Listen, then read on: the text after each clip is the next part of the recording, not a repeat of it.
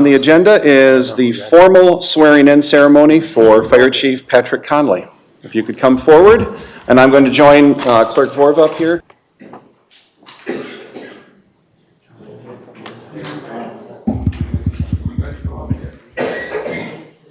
My name's not on that. My understanding is you got to take it down. That's it. Do solemnly swear that I support the Constitution of the United States. That was sent to me by Kurt. The Constitution of the State of Michigan. The laws, ordinances, and policies. Of the Charter Township of Plymouth. And I will faithfully perform. The duties of Fire Chief. For the Charter Township of Plymouth, Michigan. Being ever mindful. That my service is reflection on. The Township of Plymouth. And I will discharge these duties. According to the best of my abilities. So help me God. Chief, congratulations.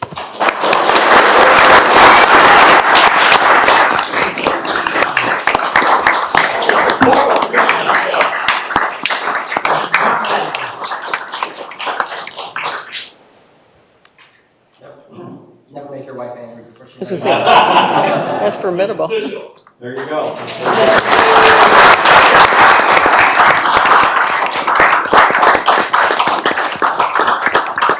No need for speeches or anything like that. I know the chief's got his own reception in the back, so please feel free to join us again back here.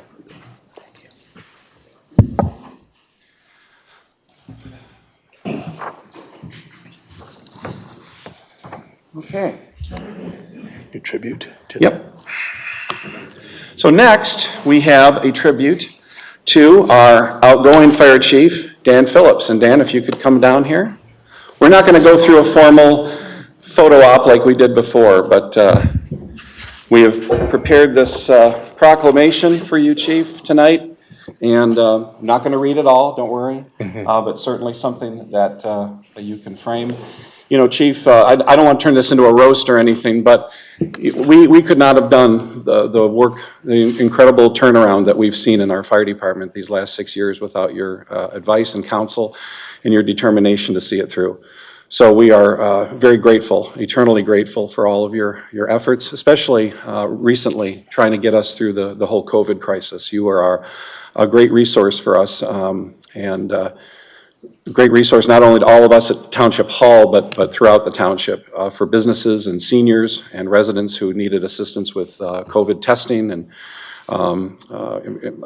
immunizations and things like that. So we couldn't have done it without you, and as I told the newspapers not too long ago, you were the right man at the right time, and we're very grateful. Thank you.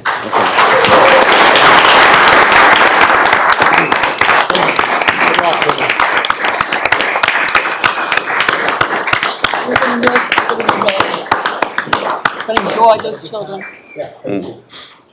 I would like to say one thing. Sure. I have had many contacts with Chief Phillips outside these board meetings, including entrusting my grandchildren, 4 and 7 years old, with him driving the fire truck last summer.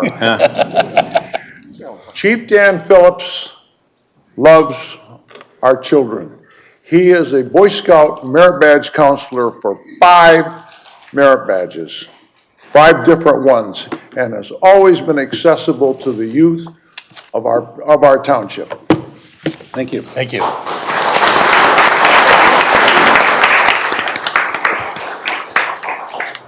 So next, I would like Emmeline Shortridge to just stand up.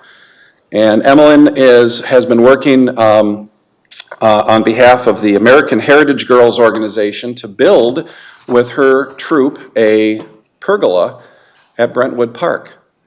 And Bob has some photos of the new pergola. This was taken, of course, on the day after Easter, so this pergola is recent. It was not built in December. So that's a little bit better springtime view. And Bob, do we have any further ones? There you go. I was asked if it's going to be finished or anything like that, but it's Momanized wood, so I think the proper procedure is to just let nature take its course, and that's a great amenity for Brentwood Park. Brentwood Park is in Lake Point and is probably our smallest park in terms of acreage. And one of the eldest, And, oldest. and probably one of the oldest. So it's a nice little neighborhood pocket park, and this is a nice amenity. So we really appreciate the hard work that Emmeline and her team have put into this, and thank you so much. So we have a certificate of appreciation for you tonight, if you could just come forward. And there you go. All right, thank you. Thank you very much.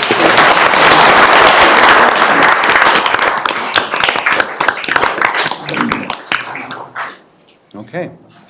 Well, we've had some very proud and happy moments here in the last few minutes, but I unfortunately have to bring some sad news to the board and to the public.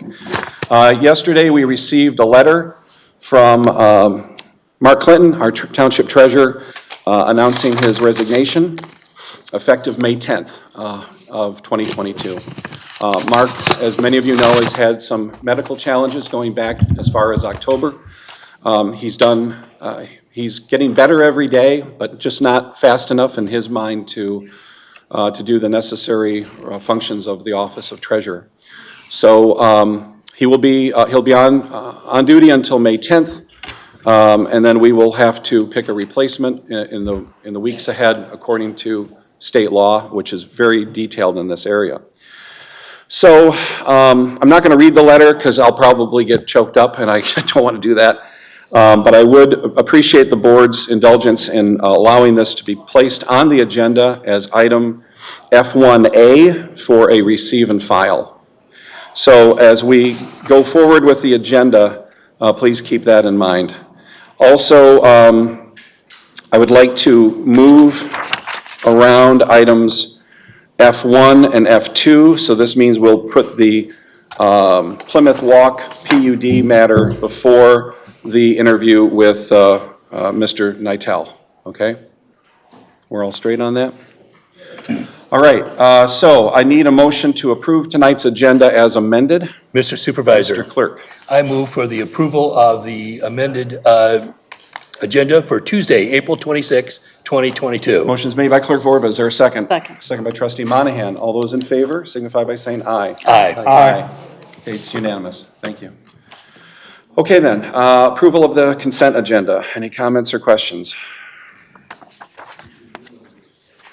Hearing none, I'll take a motion on item D. Mr. Supervisor, Mr. Clerk. I move for the approval of the consent agenda for tonight's meeting, Tuesday, April 26, 2022. Thank you. Is there a second? Second. Second by Trustee Monahan. All those in favor signify by. We need a roll We call. need a roll call, yes. Supervisor Heising? Yes. Trustee Kermy? Yes. Trustee Dorchevitz? Yes. Clerk Vorba, yes. Trustee Monahan? Yes. Trustee Stewart? Yes. Motion carries. Okay. Item E is public comment, limited to 3 minutes. Anybody want to come forward at this time? Mr. Dempsey. Former trustee, Jack Dempsey. Hey, Jack. Good to see you again, sir. Good to see you all. And I had to get up out of my retirement rocking chair to come here tonight, having served from 2016 to 2020 for one specific reason, and that's to say something about the retirement of Chief Phillips and Chief Titterington. I could not let this moment go by without saying some appropriate things to Chief Titterington and to Chief Phillips, even though I think he's left the room by now.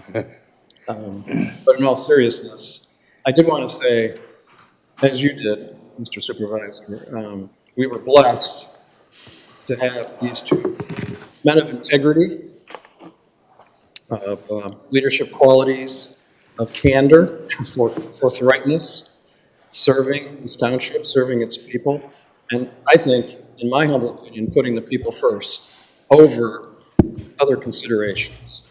When I became a trustee and kind of got inside knowledge of some things, my respect, my admiration for both of them only increased, not decreased.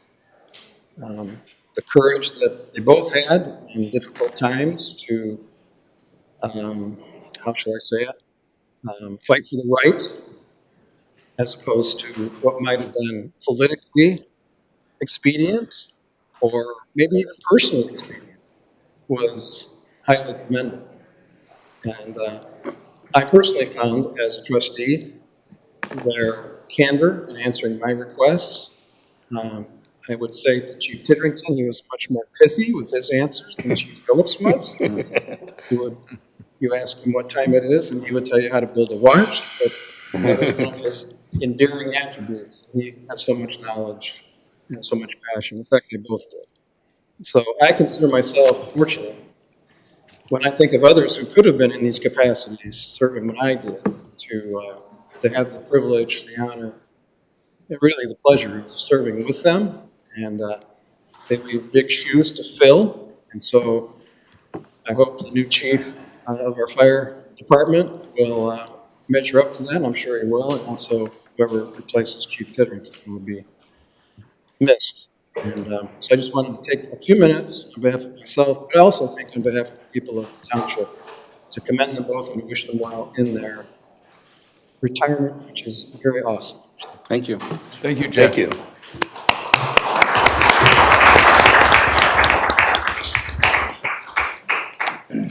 We also have the 3-minute rule in effect too. Not that I expect it to be violated by you, but don't worry. Hi, I'm Joanne Lamar. I live in the township, and I'm also on the Environmental Commission. And this is kind of a lighthearted thing, actually. So what we did about a year ago fall, we did a fall cleanup in the township park. And there's a gray slab of cement, which is just a gray slab. So my husband and one of our former members and Chuck Kermey did the power washing of that. And Chuck and I were talking, and I said, you know, Chuck, it would be nice if we had some like interactive kids games on this area. And he said, go for it, Joanne. Oh. So I did. So there you go. There we go, Supervisor Heisey. Uh-huh. Now I know who to blame. Now you know who to blame. So we have contact with the arts coordinator for the Plymouth Canton Community Schools. And I said to her, you know, we want some interactive games on this slab of gray. And she said, well, I'll get some high school art students to work on it. Well, it didn't happen last year because of virtual, but this year it did.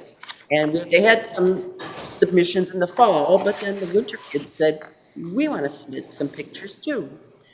So I thought an interactive game would be like, we were going to paint hopscotch on there. No. Can you just show these? We have those on. We have them. You have one? No, they're not on there. When you sent me an email this afternoon, I've been out, I've been in Lansing all day, so I haven't had time to put it up online or anything. Okay. But we do have hard copies. We have copies for people to see. We all have hard copies tonight. But anyway, one of the high school students drew this lovely lake copy. And this is actually interactive because the kids can hop from lily pad to lily pad. That's a good idea. And the only thing we asked them to change on this was put maybe a sturgeon and a salmon in there, not just Caribbean fish. But we thought this is our first choice for painting on the gray slab. There was another nice picture that somebody did, and it was of the township park. Sledding, playing in the leaves, etc. And when we have our fall extravaganza this fall, our fall festival in the park, our Fall Colors Day, we are going to put this on all the flyers that go out. Because we thought this was better than the picture that we had on there. So that's going on the flyer. Another student did this, and we don't have a spot for this yet, but I do have something in mind. A nice photo, not a photo, but a mosaic of all the things in the state. So the bird is on there, and there's a fish on there, and anyways, I thought that was beautiful, actually. So I think our next step would maybe put that on the walkway up to the pavilion. Just keep that in mind. Okay. And then last of all, somebody also we talk about the Plymouth pollinators a lot and keeping bees safe and everything else. So one of the students did this, and this would also be interactive because they'll number the beehives and the kids can hop from those kind of things too. So that's one of the projects that we're doing as the Environmental Commission. And the high school kids would paint it actually on the cement, as long as the township actually washes it, does the power washing.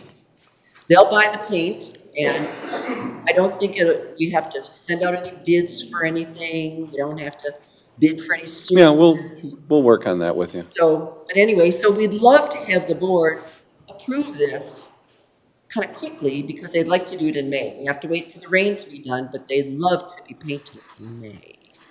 Well, let's talk about that offline. I don't know if that is something that really requires board approval, but they're certainly aware of it. But we do have a meeting on May 3rd. We have a special meeting on May 3rd. That's only next Tuesday. So And we'll take a look at it, Okay. We just thought this was a great idea because it brought the schools together Yeah. with the township, with the environmental group, and those students are our future. And they were so excited to have these things accepted that the students were thrilled about the whole thing besides. So it's a really good partnership, and we thought that whole area of the park with the playscapes and now an interactive thing on the cement, which is doing nothing anyway, would be a wonderful thing. And thank you, Chuck, for giving me the go-ahead. Okay, I have a couple, maybe we could put a basketball court there again, right? I have a couple of questions about this one. I think there's missing a apostrophe, but we're in this together. What are we in? Well, just the whole project, Oh, the okay, whole project. all right. And I'll get you the details of the paint and so forth, okay? Pardon? I'll get you the details on the paint. All right, great, thanks. Bless you. Bless you.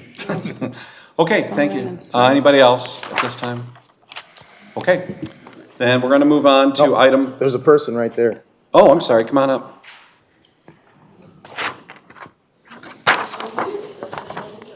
Or they may be talking on the Plymouth Walk. Are we doing this? Well, we're going to find out.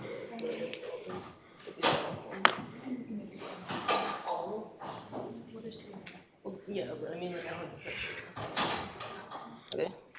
Hello, I'm Maddie. I live in the township at the East Lawn subdivision, but first I have to ask, the Gulfview Park, it was, I guess last year you allowed dogs. The webpage is still outdated, so I was wondering what's going on with that.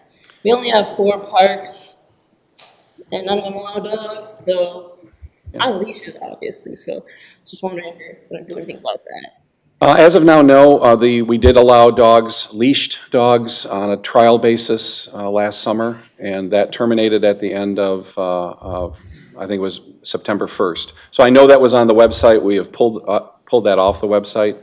We're still on it today. Pardon me? We're still on it today. Yeah, and we took it off today, yeah. Okay, and then, can I make my comments about the development, or are you guys separating it again? If we could wait until we get to that agenda item? Okay, well, then, just another point to that is, you really should allow dogs. It's kind of odd you had a pilot to allow dogs, because most places allow dogs. You're acting like it's a brand new, like, I don't know, man, these creatures. I agree with you. I like dogs too. Like Royal Oak has 50 parks and they all allow dogs. Northville has 9, they also all allow dogs. Redford is 12, they allow all of them. So, it's really a great thing for happy citizens. Okay, thank you. Okay, anyone else at this time? Alrighty, okay, we're gonna move on to item F1A. This is the resignation letter of Mark Clinton. I will need a motion to receive and file this document. Mr. Supervisor. Mr. Clerk. I move that we receive and file the letter from Treasurer Clinton. Okay, motion's been made by Clerk Vorba. Is there a second? Second by Trustee Monahan. Mr. Clerk, please take the roll. Trustee Stewart? Yes? Trustee Monahan? Yes. Clerk Vorba, yes. Trustee Dorchevitz? Yes. Trustee Kermy? Yes, Supervisor Heising? Yes. Motion carries. Okay, item F1, the new item F1 is request for approval of the Plymouth Walk Planned Unit Development Project. I think we have the developers here tonight. We also have our planner, Laura Haw, and our engineer, Jeremy Schroet. We were all here again last week as well. So what I want to do really quick is recap where we are tonight as opposed to where we were last week. So there's been some further refinements to the proposed PUD. It does not involve a pergola. And this, I'm not sure, gentlemen, are you going to be presenting on this? Okay, so before we get into that, because I've not seen this document, before we get into that, it's my understanding that the major changes from where we were last week deal with the brownfield, that this would be eligible for a brownfield plan, that you've identified a certain amount of eligible environmental cleanup projects associated with this project. So that's item number one. Item number two is my understanding that you would be open to the idea of creating what's known as a conservation easement along the northern edge of the property. So that's the area right below, well, it's the northern edge of the property. That's the area where residents have already been mowing and cultivating the land to the south of their properties. So that would be, the conservation easement would roughly be this area here, and that would be in addition, I think it would be in addition to the 50-foot buffer. I'm not sure, you're saying yes. And then there would still be a berm and all of that. So this conservation easement would be owned by the Plymouth Township Downtown Development Authority, but I suspect that it will be maintained by the residents, or the residents could just let it go. And, we're not going to be out there mowing grass or doing anything like that. It would be an additional natural buffer. The third item that I think everybody agrees needs to happen is an additional traffic calming in the spur road here, the main road. We talked about some options at the last meeting. I know that, I don't expect your engineers to spend, a lot of money immediately coming up with alternative plans, but I know that I think we're all in agreement that we can do a better job of having some traffic calming design incorporated into that, and I think you're in agreement on that. Now, it's my understanding that those are the three outstanding, or the three new issues that we're looking at tonight. Is that fair? Okay. So it looks like you have some presentation documents. Would you like to come forward? Just Yeah, to, okay. just to further the email that you sent at 11 minutes after 8 this morning, we're going to have brownfield money of $8,362,553. No. Decimal points off or something. No, let's let them make the presentation, okay? What I sent you, which is attorney-client privileged, was a draft document. I'm and- sorry. And these As a gentlemen. practicing attorney of 44 years in Wayne County, that is not attorney-client privilege. Okay, well- I totally disagree with you. Okay. Go find the best lawyer you can find. Okay, well, our attorney was CC'd But I on mean, that. this is wonderful. Okay, so. $8,362,553. Are we going to be argumentative, or no? Okay, why don't we let them make the presentation? Their attorney is here, and he's prepared to make a presentation. Come on down. So good evening, everyone. I'm not the attorney. Alex Martin, I spoke last time we met in a few of our meetings, president for Toll Brothers Midwest Division. Just kind of kick things off. Thank you, everyone, for your time tonight. Thank you, everyone, for your time and feedback when we met last. We heard everything that was discussed, and as we've demonstrated throughout this process, it's been iterative. It's been a process of change and process of adaptation. We are currently studying the number of items that were brought up in an effort to calm the traffic running north-south on the Spine Road. And we're really looking forward to getting past this process and having PUD eligibility approved so we can get into the nuts and bolts of the preliminary plan approval process, partner with the Board of Supervisors, the Planning Commission, as well as staff to mitigate that concern. Because we've heard loud and clear, we absolutely acknowledge the fact that the traffic we generate will impact the area. We don't believe, and the traffic study confirms, it's not adversely, which is a difference of quite a bit of magnitude, does not adversely impact the area. But we do understand that it needs to be acknowledged and resolved, or at least mitigated to the best of its ability. Tonight, we have asked our environmental attorney, who's very experienced in brownfields, not just here in the local area, but around the state. And we thought instead of, having us speak, at a high level of it, we can really get into the weeds of it, because we feel there was a lot of questions when we met last time. And unfortunately, we just didn't have the folks around that could answer the question, at the highest level. So this way we get down to brass tacks and truly understand what it is we're proposing, the benefits it provides to the township, the benefits to the project, and those all around. So Arthur Siegel from Jaffe, a law firm here in Michigan, is going to join us. You can see, well, it was on the presentation, but Arthur heads and runs the environmental law practice at Jaffe. He has his law degree from Michigan, and he's been doing this for quite some time. So he's the one that we defer to in all of our brownfields. They're very complicated. There's a lot of moving parts. There's a lot of entities, local and state, that are involved. So it's not something you just do in an afternoon. So as a result, we tend to lean on the experts to help guide us through. And we thought he'd be an excellent resource for everyone here tonight to answer questions and navigate through the process. So at this point, we'll step back. We're certainly here as a development team to answer questions. But like I said, my goal tonight is to ultimately receive PUD eligibility, which we're confident we've adhered to the criteria. So that way we can move on to the preliminary site plan process, which is a very involved engineering process and involves the public, the board, the planning commission, and staff. And we're looking forward to that, but we understand we have to get everyone comfortable, certainly at least with the brownfield, before doing so. Okay, sounds With good. that, I'll turn it over to Arthur. Thank you.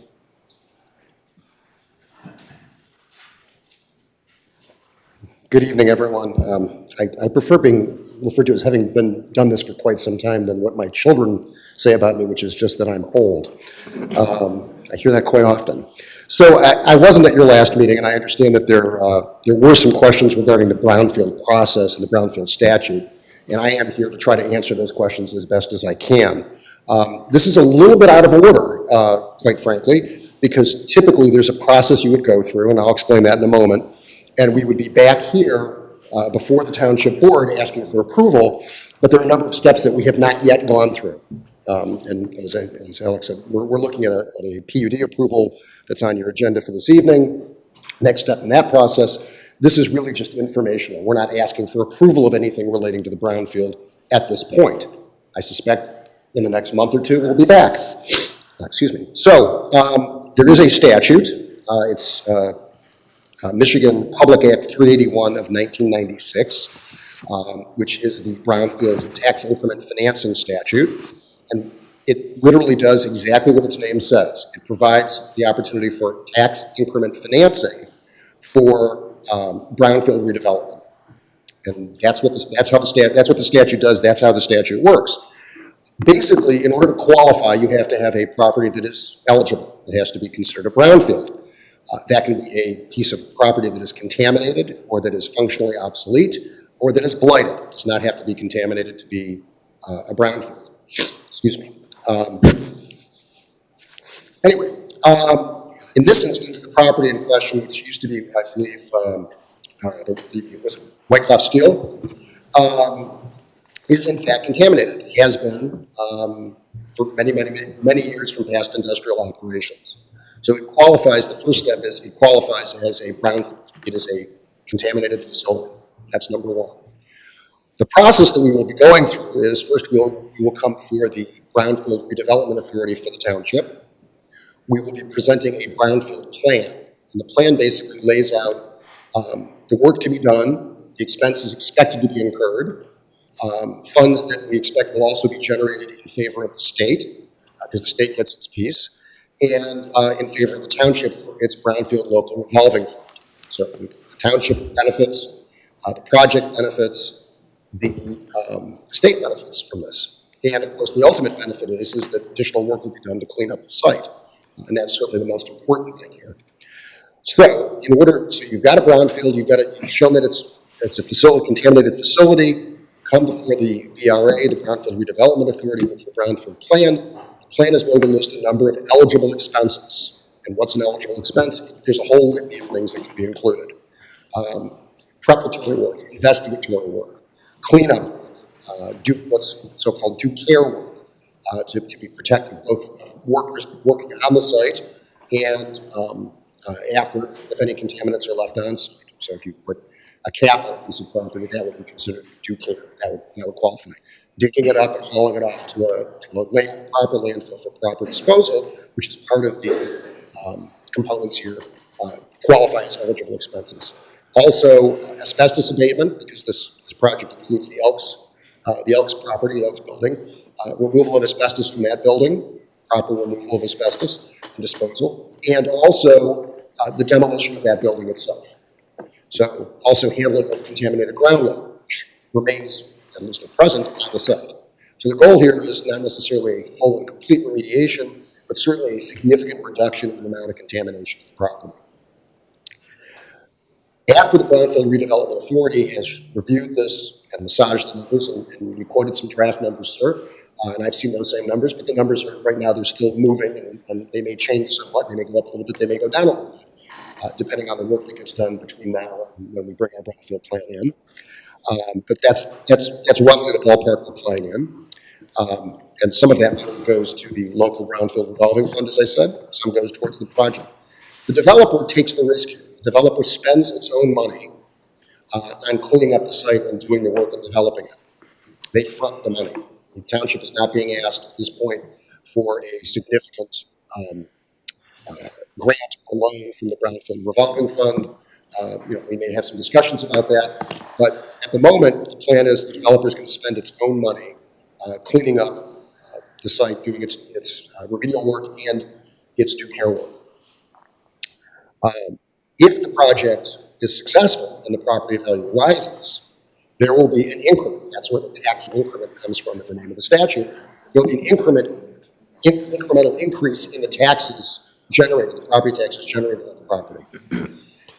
The Brownfield Redevelopment Authority and the Township Board will capture that increase. It's not exactly dollar for dollar. There's some dollars to pay debt, to pay for the DIA and the zoo. Those things go to those functions regardless. They're protected by state law. But the largest part of the increment, the increase in the taxable value and the taxes that are increased, will come to the Brownfield Redevelopment Authority and the Township Board, and then the developer will be reimbursed for those expenses that they incurred. The township will also receive a fee for administering the program and will receive money, as I mentioned, for its local Brownfield revolving fund. So that's the end of the process. In between, there are a number of other steps. You go to the Brownfield Redevelopment Authority and get their approval of the plan. You come back to the Township Board and get its approval of the plan. You go to EGLE, which used to be DEQ. You get their approval of the plan. Then they'll come back with a 381 work plan, which is a more detailed version of the Brownfield plan that will include bids and specifications for the work, and so the dollars will become much more specific. Right now, these are cost estimates based on educated understanding of the work that needs to be done, but some things may go up, some things may go down, and so we'll get specific bids for that. There'll be a 381 work plan, and then finally there will be a reimbursement agreement. And again, the point here is, through the Brownfield program, the developer fronts the money, the township is held harmless because the taxes that you're already collecting, you continue to get. It's only the increase, the delta, the change, the increment, that would be captured. And then under the reimbursement agreement, that money would be paid back to the developer to reimburse them. It's really a financing tool. It's not a gift, a grant, or any other sort of donation from the community to the developer or the development. It's literally a mechanism by which the developer can finance these kinds of remedial expenses.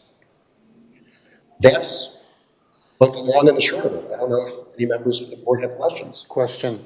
So the developer takes the risk. So that means if hypothetically the property value did not increase because there was a recession or something happened, right? Sure.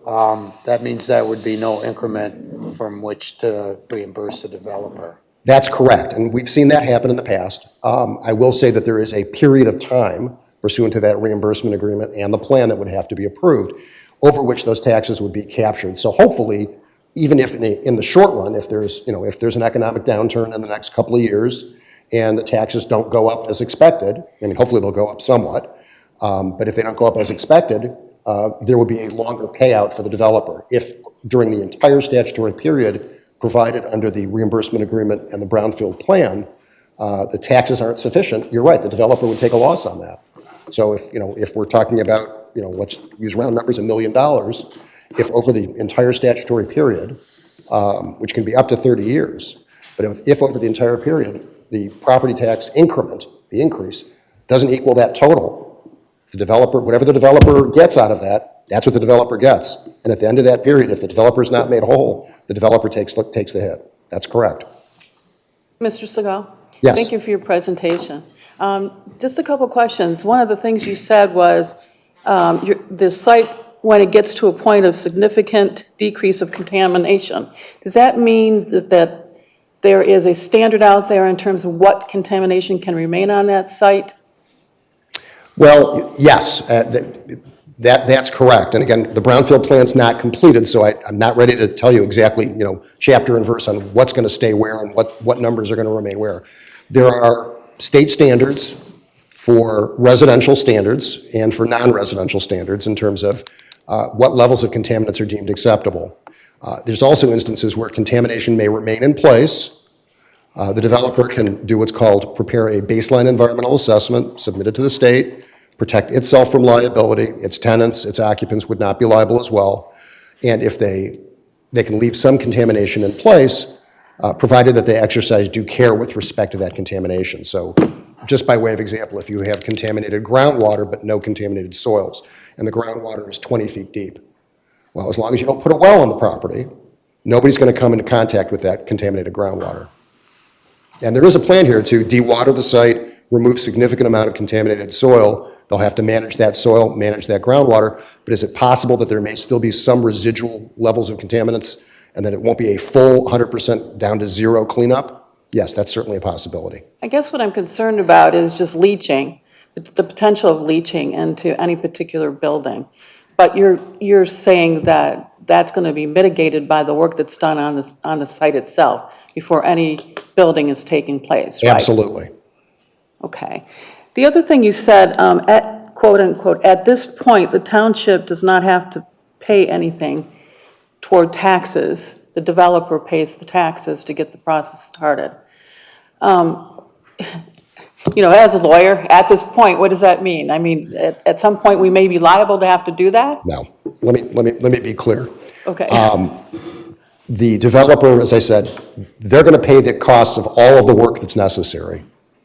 They will pay a regular fee, I think annually, to the township to administer the program. Also, funds will go into the local revolving fund. But the township is not going to be asked to pay anything toward any of this, except for as part of the reimbursement. Now, there is a possibility, I will say, because we have had discussions. There's been discussions about having the DDA be involved with covering some of these expenses, and I think your supervisor mentioned that. So there's a possibility that either the DDA or possibly the BRA might make a grant of some funds here. We're still having those conversations. This hasn't been finalized yet, and that's why when I started my presentation, I said we're going a little bit out of order here, Right. Because we haven't finished our brownfield plan, so we're really not ready to make the presentation. And really, I'm here to answer the questions that I guess came up last week. So let me be clear. Is there a possibility that there may be funds contributed by the DDA or the BRA? Yes, that's certainly possible. Yeah, the point that I want to make is that if there are funds contributed by the DDA, then it is still my understanding that we, the DDA, would be reimbursed by the brownfield plan. Not exactly, but the DDA would be reimbursed out of the increase in taxes, certainly, because this property is within the DDA district. We're pretty much saying the same thing. Yeah, I'm just using different. absolutely. A little technical Yeah. difference, but Yeah. yes, that's exactly right. Okay. And this may seem elementary, but when we say increase in taxes, for everyone's edification, is that to the people in the township? No, it's the property taxes on the property itself. On the property itself, okay. Yes. Because we expect the property is fallow right now, and I imagine, I don't know the exact number, but I believe that it's throwing off very little in taxes. When it's developed, there'll be a significant increase in the taxes as a developed piece of property, and as a result, you'll see the taxes on the property go from here to here. That difference gets captured. Bless you. Thank you. Sure. Let's talk a little bit about the mechanics. I think you wrote a letter back in September of 2021 saying it was potentially a brownfield and the oval area on the southwest side, which is where the apartments are going to be, those are going to be non-saleable areas, so you don't have to disclose it. And it appeared that it was only groundwater that was contaminated.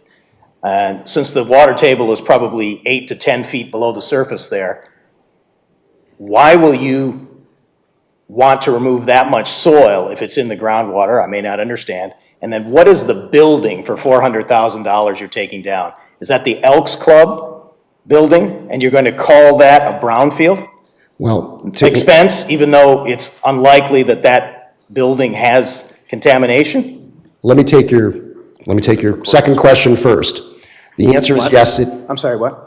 I was just telling Jerry that is an eligible expense. I think you'll explain that, and I just wanted to point out that that's how the developers are paying for the demolition of the Courthouse Grill property as well, through their brownfield, because that's also a brownfield site. So to answer your question about the Elks building, the answer is yes. That's what the demolition is baked into, yes. And while you're correct that the property itself has not been demonstrated to be contaminated, because it is immediately adjacent to a contaminated parcel of property immediately to the north, basically the Wyckoff Steel property, it qualifies. The way the statute's written, not only does the contaminated property, and as I mentioned before, you can have contaminated property, blighted property, and functionally obsolete property, also immediately adjoining properties to any of those parcels, the value of which will be impacted by the brownfield redevelopment, qualify as under the brownfield plan as well.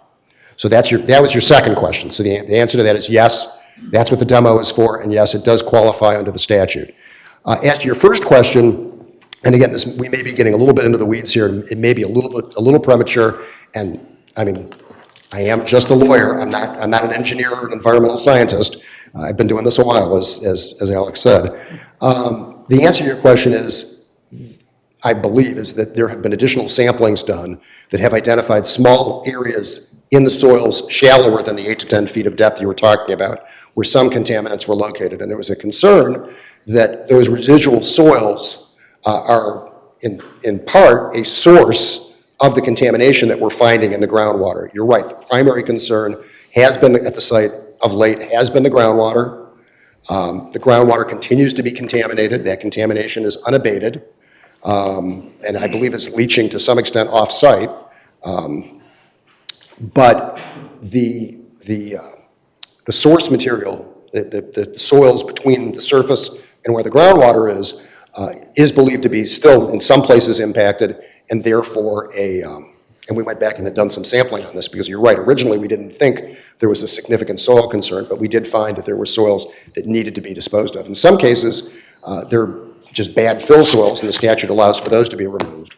But in other cases, they do appear to be still impacted. There were, when you go out and it wasn't my client that was doing this, it was Wyckoff back when they were doing this work. They went out and did a bunch of sampling, and sampling is to some extent random, and sometimes things get missed. We went out and did some more, found some additional contamination. And so yes, there is still some shallow or shallower soil contamination that needs to be removed. All right, so getting back to the letter that John Stewart mentioned that I barely got to see, but it had an incremental 3 to 4 million in the third line from the bottom. What was it? I don't understand what that is. Well, again, we're a little premature, but let me see if I can give you just sort of a preview of what you'll be seeing. Total to 8 million, but originally the first subtotal was 3.8. Right. And then the bottom line total was about 8. Yes. So there was a huge number of 3.7 million or something in the third line from the total, the grand total. So again, I'm going by total memory glance. No, your memory's excellent. And your vision obviously is as well, because your numbers are pretty close to the mark. The answer to your question is, and this goes back to something I said a few minutes ago, there are funds that are going to be used to reimburse the developer, and that number roughly, and there'll be some interest as well, that number, the reimbursement number is about 3.8 million.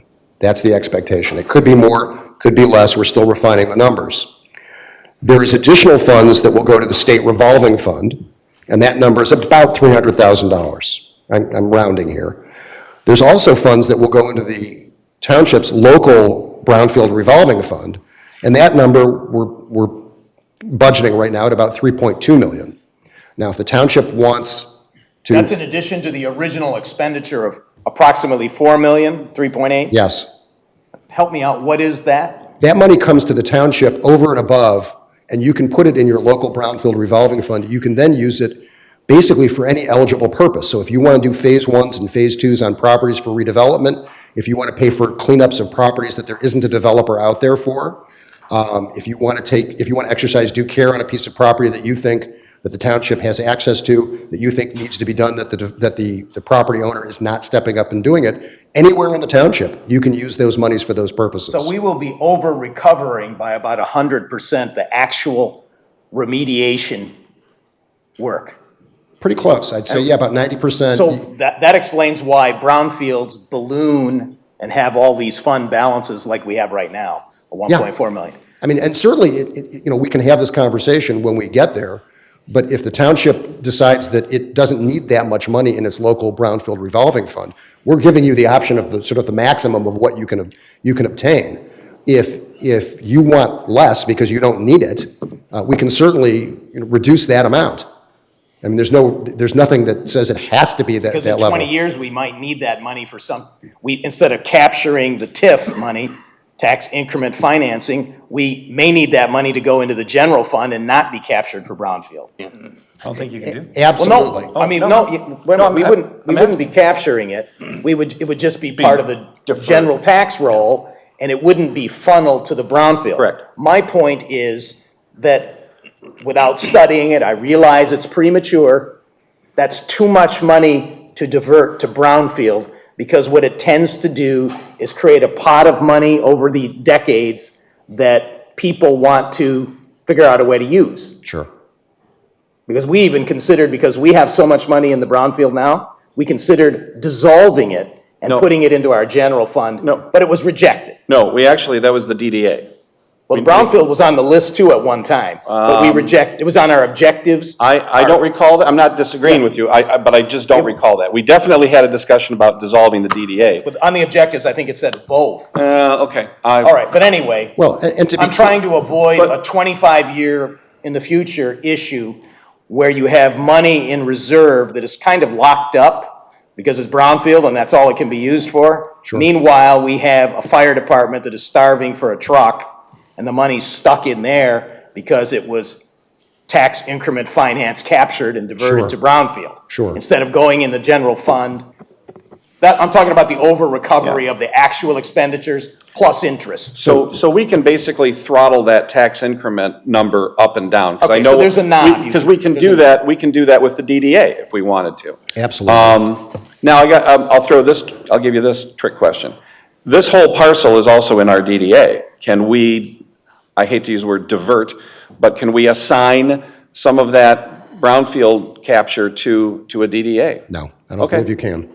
Okay. I mean, I'm not your lawyer, but I believe if you asked your lawyer, the answer is going to be no. I'm sure it will be no, yeah. So the silos have to be separate between DDA It's the way the statutes are written. and brownfield. Yes. And just 2 points, and your supervisor is absolutely correct. We can throttle that back in discussions as the brownfield plan is being prepared. It's, we've got a draft, which I think you've seen pieces of, but we certainly, if it's the sense of the township board that the amount of money being Captured, thank you, that's the right word, into the local revolving fund, the local brownfield revolving fund, is too large, we can scale that back. That's number one. Number two, you mentioned, I think, 20 or 25 years. I believe what we're looking at right now is somewhere between 11 and 15 years. So it's not quite as long as you were concerned about. But certainly, if we scale it back, that will shorten it, no question about it. right, and it depends on how the construction goes. If there's a delay or whatever, True, you won't but- recover as much as soon. That's correct, but if, and again, I'm not going to try to, please don't hold me to the numbers on this, but, because I'm doing this sort of, rough estimating here, but if we cut the local revolving fund component in half, let's just say, it's not going to cut the amount of time in half, but it is going to shorten it dramatically. I mean, I think you're talking about a number of years, 2, 3, 4 years probably, that would come off of this process, which means you'd be that much closer to taxes going to the normal allocations. That's correct. Yeah, because eventually, when the brownfield plan expires, then the township and all the other taxing jurisdictions receive their normal tax. Absolutely, 100% correct. That's exactly how it works. Okay. Well, that's a good problem to have, and I know that brownfield plans are very dynamic. I can tell you right now with the courthouse grill project, that brownfield plan is still under review by the state of Michigan. So they, it's a very dynamic process, but, it takes, you have to start somewhere. So any numbers that you're seeing right now are draft and very preliminary. But I think you've made the point that this would be it would become a very valuable site with Right. these, And again, with this I mean, development. the one thing that we've talked a lot about money and a lot about allocations and taxes, but there's going to be a significant cleanup of contamination that the Wyckoff people just have left alone and let be. And that's a significant community improvement as well. Absolutely. Okay. Thank you. Anything else from the developers? Any other questions from the board?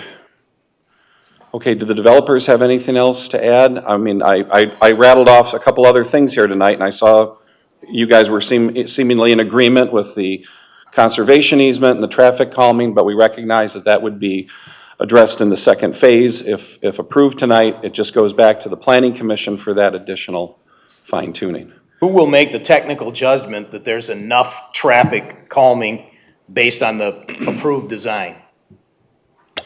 Jeremy? Yeah, I will. So we'll be looking at it in comparison to the traffic study and looking at the general traffic calming measures as, approved by AASHTO, FHWA, et cetera. And we've already talked about a number of those. Will some of these be speed bumps?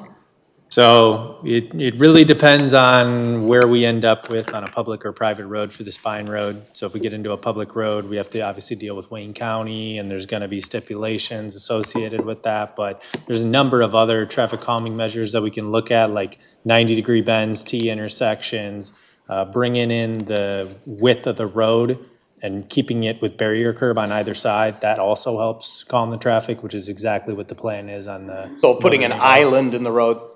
What was that? An island in the road, like is on Ann Arbor Trail in downtown Plymouth? No, I don't think that was the intent. I mean, more along the lines of a road with shoulders, you're much more likely to go faster than if you have barrier curbs closer to the tires, right? We've done a number of traffic studies talking about 85th percentile, what's the fastest speed people are willing to go on certain roadways, and when you get those barrier curbs closer to the wheel paths, you tend to go slower. So how is it determined whether it is a private road or a public road?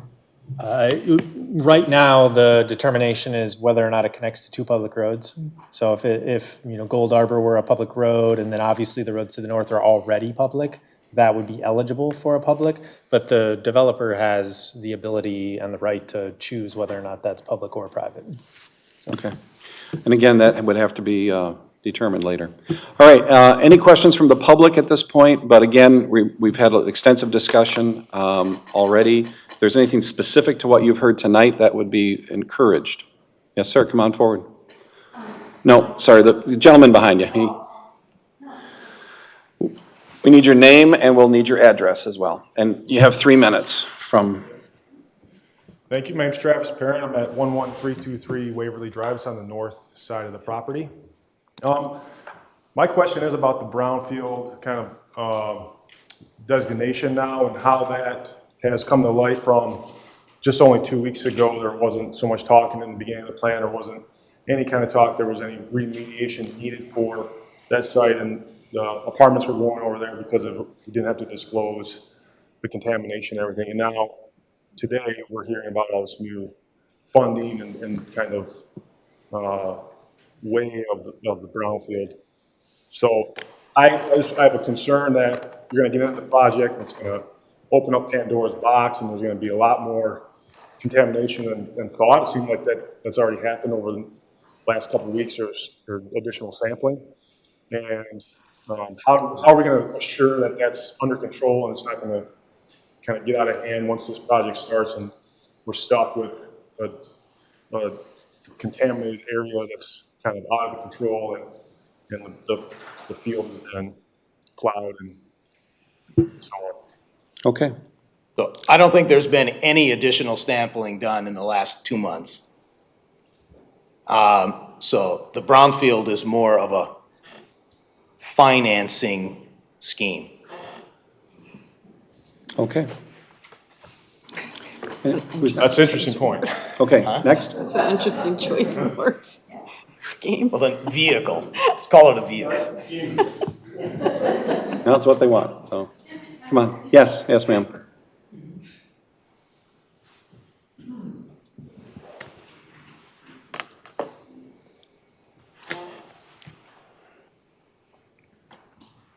My name is Nell Burke. I live on 9466 Maryland, which is on the south end of Ann Arbor Road. I've been doing some investigating on PUDs and exactly what they are. That's kind of new to me. So my question is for the developer, my first question. I'm understanding, I think I'm right, that commercial industries can go in there along with the apartments and the condos. And so I'm wondering if you have plans, because there is a rumor that there might be a little strip mall or some commercial type building. So that's what I'm curious about. If we could have our planner, Laura Haw, answer that question. Yes, thank you. So the PUD as proposed is for residential only. Residential only. And if the board approves that PUD eligibility, it remains for residential only. Okay. To my knowledge, the developer has no interest in commercial on the site. If anything were to change in the future, they would be required to come back and go through this entire process again in order to make that change. But Well, that's concerning to me, that in the future, they could come back, go through the process again, and then build some commercial. So let me just add how that works. So in a PUD, a planned unit development is a contract. It's a contract between the developer and the Charter Township of Plymouth. And it's binding on both sides. So they do not, once the PUD is executed and approved by the township, that is their roadmap. That is their blueprint that they have to follow. So if you, it's just what a PUD is, it's a contract. So I know that there's a lot of rumor out there, I know there's a lot of misinformation, but there is no plan for the developer to have any commercial along the frontage where the Elks Lodge building is right now. Along the frontage. Right, Okay. along Ann Arbor Road. Okay. To ensure that you're not hallucinating, there was discussion at one time in the spot along where the Elks Lodge is. There was some consideration at one time for this development to maybe put commercial there. But apparently it's been. But they'll never be able to do that. I guess I want that don't say that. assurance. Well, it's a contract, okay? So Yes. contracts Can be broken. contracts can be amended, but it also, you have to go through this whole process all over again. I don't think they're in the mood to do that. And again, it would still require board approval, and it would be a monumental lift. I also want to point out that this property was also scheduled to be a senior living facility back in Yes. 2012. Yeah. Okay, which would have had a very similar impact on the surrounding neighborhoods. I wish that had passed, by the way, but we have what we have. So my other concern is that we residents here suffer the after effects of the decisions that you make. Example one is that when you put in LA Fitness on Maryland, you can't make a left-hand turn onto Ann Arbor Road. So drivers have discovered they just have to jog over a little bit, come onto my street, and use our driveways for their turnarounds. And so we have that happening all of the time now.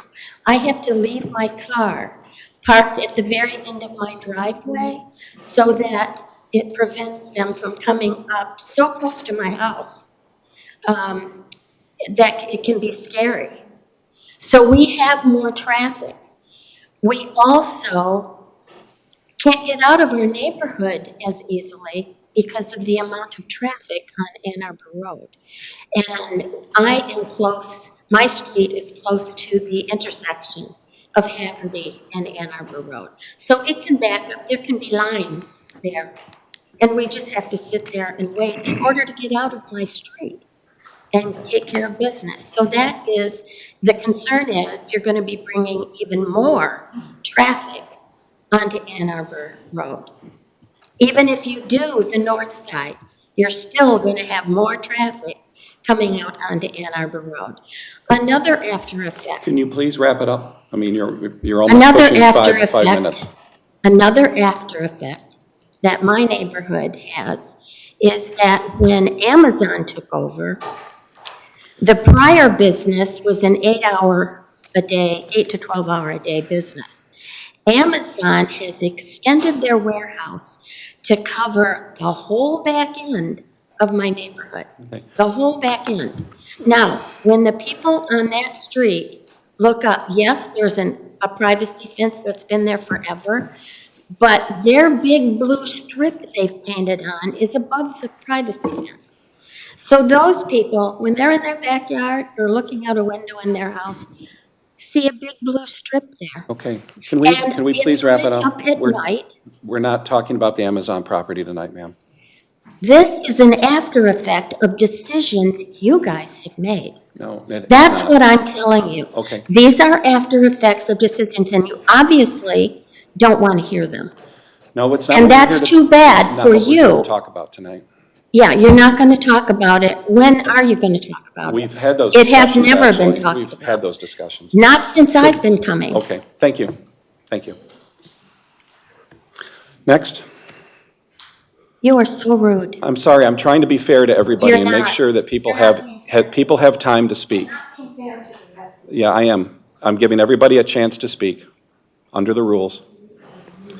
Hello. Hello, Megan Dowdle. I'm sorry, you gotta speak up. Oh, Megan Dowdle, 11101 Gold Arbor, Plymouth, Michigan. What street? What street? Gold Arbor. Sorry. So I just wanted to come and say, on a similar vein, I'm a student at Wayne State University. And literally last week, we had a guest speaker who was an expert in emergency preparedness. And he told our class that on Ford Road, we all know Ford Road, how awful that can be. Canton had the governor declare a state of emergency for the opening of IKEA. The emergency being the crush of hundreds of extra people going through that intersection off of 275 and Haggerty and Ford Road. So now the new units, obviously, they're not going to fill all in one day, like the opening of a new IKEA. But then all those hundreds of people did not decide to live at IKEA. A disaster is anything that overwhelms you. Don't let Plymouth be overwhelmed. Don't let it be a disaster. Okay, thank you. Anyone else?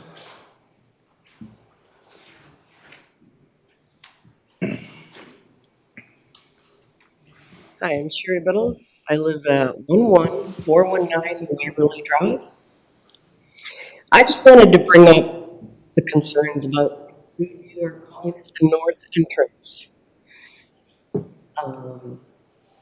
I don't have facts or figures. I have my viewpoint as a member of this community. And this appears to now encompass more than just a simple development.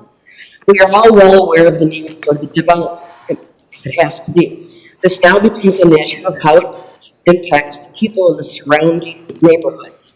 Unfortunately, many people are not aware of exactly what is being proposed here. Granted, that is their responsibility. However, when I do talk to people as I walk, they're not happy about the north entrance opening. Now we all have a drive around for long or blocked trains that are a common occurrence in Plymouth. I once again bring up, or I guess let me just say a sidetrack. I wanted to bring up what Scott Hansen said, works for Toll Brothers. He said the developers only wanted a gated emergency access road. They were told by the township engineer that this needed to be changed to a full-time access road as a condition of approval by the township. So the developers do not want it. Many of us as neighbors do not want it, but whoever this is in the township wants it. I don't know who they are or why, so I have to say I'm very concerned, and I'm very confused. We just say, I once again bring up the township's motto, people, our priority. That's why we elected you. I said, this is a vote about what is good for the people, the neighborhoods. That's what matters. It seems like some of you may have forgotten that, perhaps. We elected you to look out for us in our community. Change is going to come to that area. And you would be foolish to think that it would not. But change needs to be what's good for all of us. You cannot please all of your constituents all of the time. Common sense. But we need good decisions for all involved, and that's why we elected you. That's why we voted for you. We hope that you would make the tough and good decisions that encompass the majority. This is our community. This is where we live. Everything impacts us greatly. And I care about this place, and my family has been here for a long, long time. So all I'm looking for is good, honest decisions to maintain a strong community. The impact of this, frankly, is minimal to me. I walk everywhere. So traffic, I could care less about, okay? I can say that I don't care, my road at the end of the opening of Waverly Drive is not gonna be open. It's not gonna impact me. It's gonna impact the neighbors behind me, who I talk to all the time, because I believe in community, and I believe in all of that. So when the trains are not moving, and things are backed up, and I'm walking down Ann Arbor Trail, cars are flying by, the speed limit changes drastically, because everybody has to get around the train, because everybody's life is so important, they have to be somewhere, they can't wait. Safety becomes a big concern. I know you're not interested, Supervisor. I'm not a big driver, because I'm retired. But what is good for my neighbors and their young family becomes what is good for me. I'm a community member. I vote. I've always voted. I always believe in it. I may not run for office, but I believe very strongly in the community. So let's compromise. That's all I'm asking. I'm not saying a project's a bad thing. I'm saying let's look at this road going in and what it's going to do to our community in that area. And if you don't think people are going to turn around on it with speed bumps or whatever, you must walk down Ann Arbor Trail, and I've been doing it for 18 years, and watch the traffic. So all I'm saying is let's compromise, and let's remember, Plymouth Township, we have verbiage that says, our people, our priority. Okay, Thank you. thank you. Anybody else?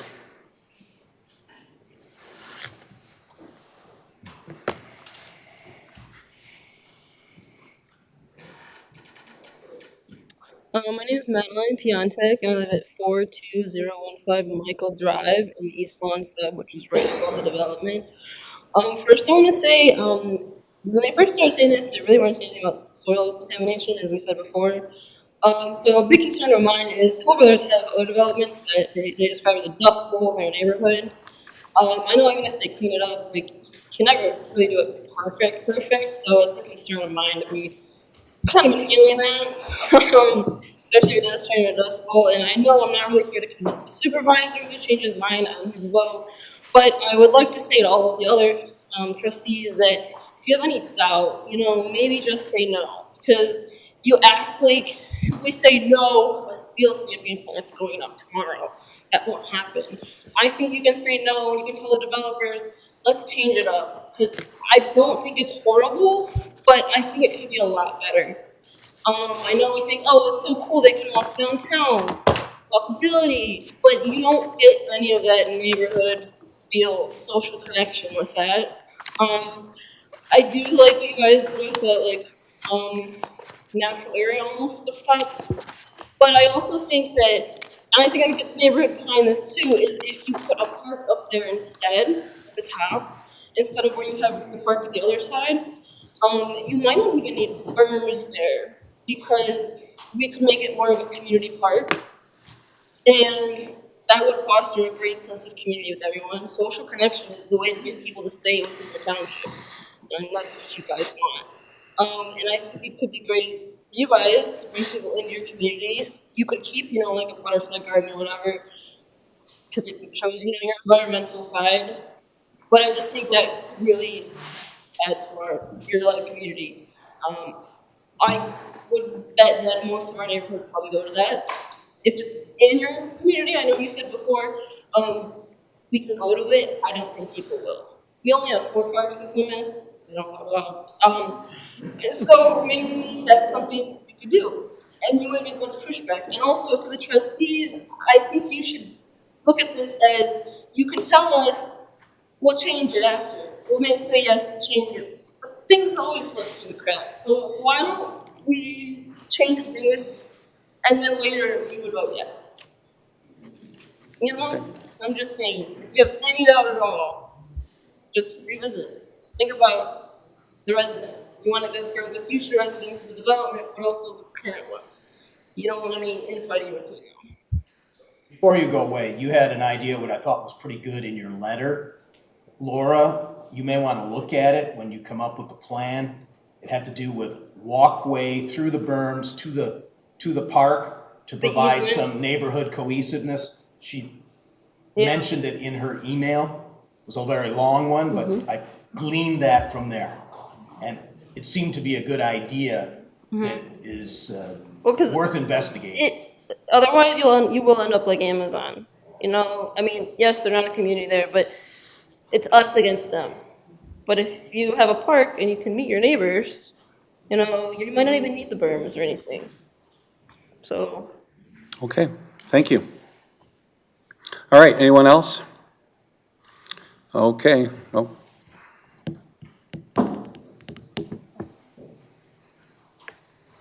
Hi, my name is Jay Steele at 11343 Waverly. I've spoken at meetings going all the way back to the original meetings where there was no brownfield money being used for anything.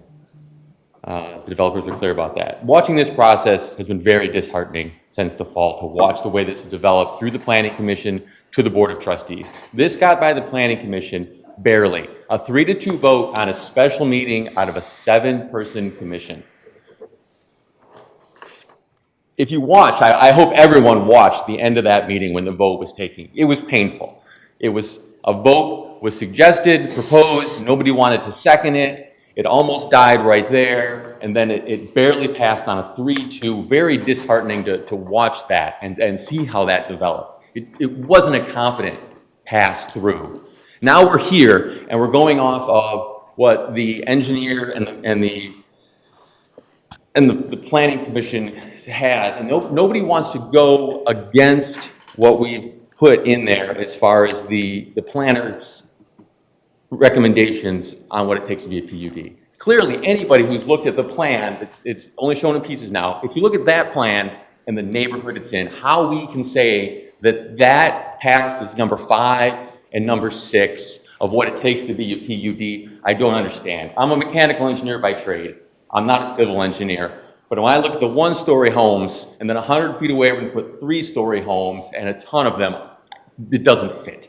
I've said numerous times, I'm for putting some residences here. If we're going to remediate all this now, can we put houses there now? Because before we weren't going to remediate, we were going to put apartments there. Now we're going to pull all that out. This whole brownfield thing is a numbers shape to me that I can't figure out. Again, mechanical engineer, not an accountant. We're going to take $1.8 million and we're going to pave East Lawn, which I'm all for. But I don't understand how the whole thing works and who's paying for it. And to me, this money that's going to go into brownfield and then back to the developers is tax money that we're not getting in the general fund. And to Chuck's point, wouldn't that money come to the township? So if we go back to the original plan, no brownfield.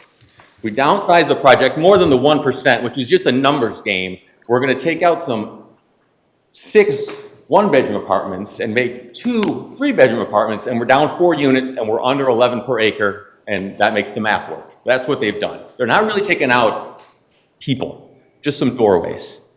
So let's go back to what we had, downsize it, take our 1.7 million that we didn't use for the driveway at the golf course, come up with 100 grand, take that 1.8 million and pave East Lawn. Because it says in there that the ARPA funds need to have a significant public benefit, which is in the Planning Commission report. So I think before we move any further, we need to evaluate all these things we're looking at. This is changing drastically financially as we go forward, and I think we need to step back and look at what we're approving in more detail. Thank you. Okay, thank you. Anyone else? All right, very good. Oh, okay. Okay. You seem to forget me a lot, Kirk. No, we didn't see No, you. we did not forget you. I'm only 5 feet, but, you know, I have a loud voice. 11343 Waverly. What's your name? For the record, sorry. Anna Steele. Okay. So development is inevitable and good for the community. We all understand that. But due to the multiple factors, I think we can all agree that this has been a really challenging site. We spent a lot of time talking with the developers. After the meeting last time, talked to Nick on the phone today, we can do better.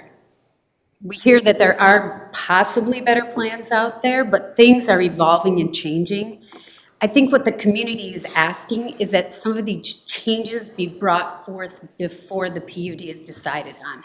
I understand how the PUD works, but there hasn't been a lot of trust. And then even today, you're a great speaker. You came in and you gave us information, but I talked today to Dan Goff at Eagle, and he told me that the soil, nothing really too much going on there that requires remediation right now. He also told me that the water currently is being actively monitored, and it has been actively monitored by Wyckoff Seal, and there is absolutely no reason to do any active cleanup at this time. So we were told no need for brownfield funds. We're not going to apply for brownfield funds. Brownfield funds cost too much money for you guys. Somehow we were going to get involved in paying for brownfield funds. So all of a sudden now we're on this brownfield plan. Is it to get money to pay for the East Lawn subdivision, which I would love to see it paid for them, but brownfield funds cannot pay for the paving of their roads. And unless I was incorrect in what I heard today through Eagle, then maybe we need to get that cleared up. So basically, as we look at the whole big picture and try to figure out what's true and what's confusing, the decrease in density has been a big issue. Jay tried to explain it really quickly. We went down 4 units.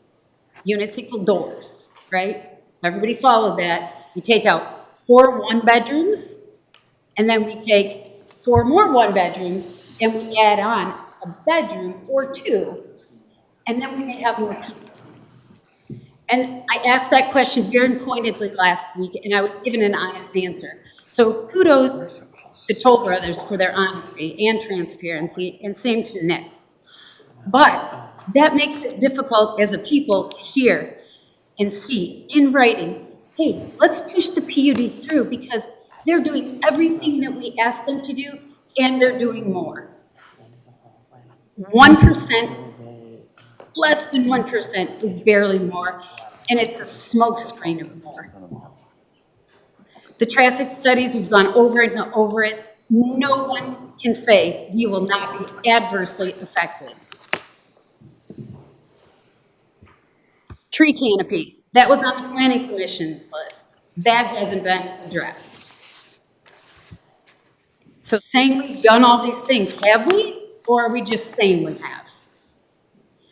I'd love to see the site plan. I'd love to see where the contamination is. And I'd love to see why all of a sudden now we're coming up with a lot of money in contamination.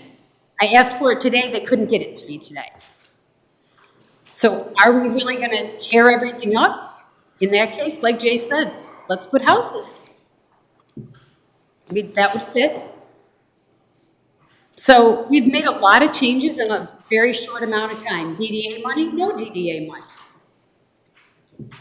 I don't know why things are getting muddied, and in 2 weeks, from 2 weeks ago, we made a big change. So why is this hot on the burner going to get decided and voted on today? I'd love to hear the other ideas that Toll Brothers and Pomeroy might have about changing this road situation, because I did my own survey with several other people, and I was told out of 64 people that I surveyed, other side of Ann Arbor Road, Riverside, Gold Arbor, Ann Arbor Trail, Mike Hall, Riverside, East Side, General, Waverly, and what's the other street? Spicy, thank you. Out of 64 people, 4 people said, yeah, I want it paved no matter what if the road is open. That would mean 60 said they didn't. Out of those 60, a huge chunk of those people said, really, what I don't want is anything. And I said, well, choice C wasn't on the docket. So if it's A or B, which one is it? So the numbers are irrefutable. You can do your own surveys, but rather than having to request, further investigation on the side of the people, can we just take a step back from the urgency here and request that there's complete and total disclosure when it comes to giving the information to the people? We get different information sometimes from the developers than we get from our township. Some of our trustees are great at reaching out and responding. Others aren't, and that's understandable. Everybody has different situations. But it's unimaginable to me that when you have had every single meeting filled with people who come out and say, question, I don't know, I don't like it, there has not been one meeting where there's been a resounding, yeah, let's do it, and let's figure out the details as we go along. So could we step back? I would implore you all to just take that into consideration when you make your vote. Okay, thank you. Thanks. Anyone else? Mr. Developer? As always, we appreciate the input of our neighbors and the public. I just want to remind everyone, there's a sequential process. And I think when Arthur was up here before, we spoke about how many of the questions that are being asked that we're trying to answer are premature. And I think that's a very important point because this is a public process. Regardless of the outcome tonight, it's not done. This is PUD eligibility. Many of the questions that were brought up, while they're valid, they need to be discussed, they need to be understood, cannot be discussed and understood until we pass PUD eligibility so we can spend time with the Planning Commission, the board, staff, and our neighbors, really dissecting the project and in a position to answer the questions. So I just want to remind everyone, we're here not to drop a gavel and say the project is proposed, is approved, full steam ahead. It's purely to say it meets the criteria so we have a much further and deeper conversation related to all the items you all have discussed and brought up. And that public forum is, again, a very public process. We are prepared to go through, we are motivated to go through, and this has been a very lengthy process. I think the board and the Planning Commission have been very amenable to this process. We've been doing this for months to get to the first step. We bring projects through all the time. We do PUDs, RUDs, PROs in other municipalities. We're done with that step predominantly in one meeting. So this has been very exhaustive, and we're prepared to continue to be exhaustive. But we are at a point where we're confident we've satisfied the PUD requirements for eligibility, and the next step is to peel the onion back again and again. And I think we've proven and demonstrated between Pomeroy Living and Toll Brothers, we're willing to be an open book. And I think the board and the Planning Commission staff have done the same. So I just want to make sure we stay focused on what this step is. The step is to say, yes, we've met the criteria, so we can have those deeper conversations. We can have that dialogue and back and forth to produce a plan that is absolutely in the best image of that it can be. So I just want to make sure we're all on the same page as to what the goal tonight is. All right, thank you. All right, at this time, I'd entertain a motion on this item. Mr. Supervisor, Mr. Clerk.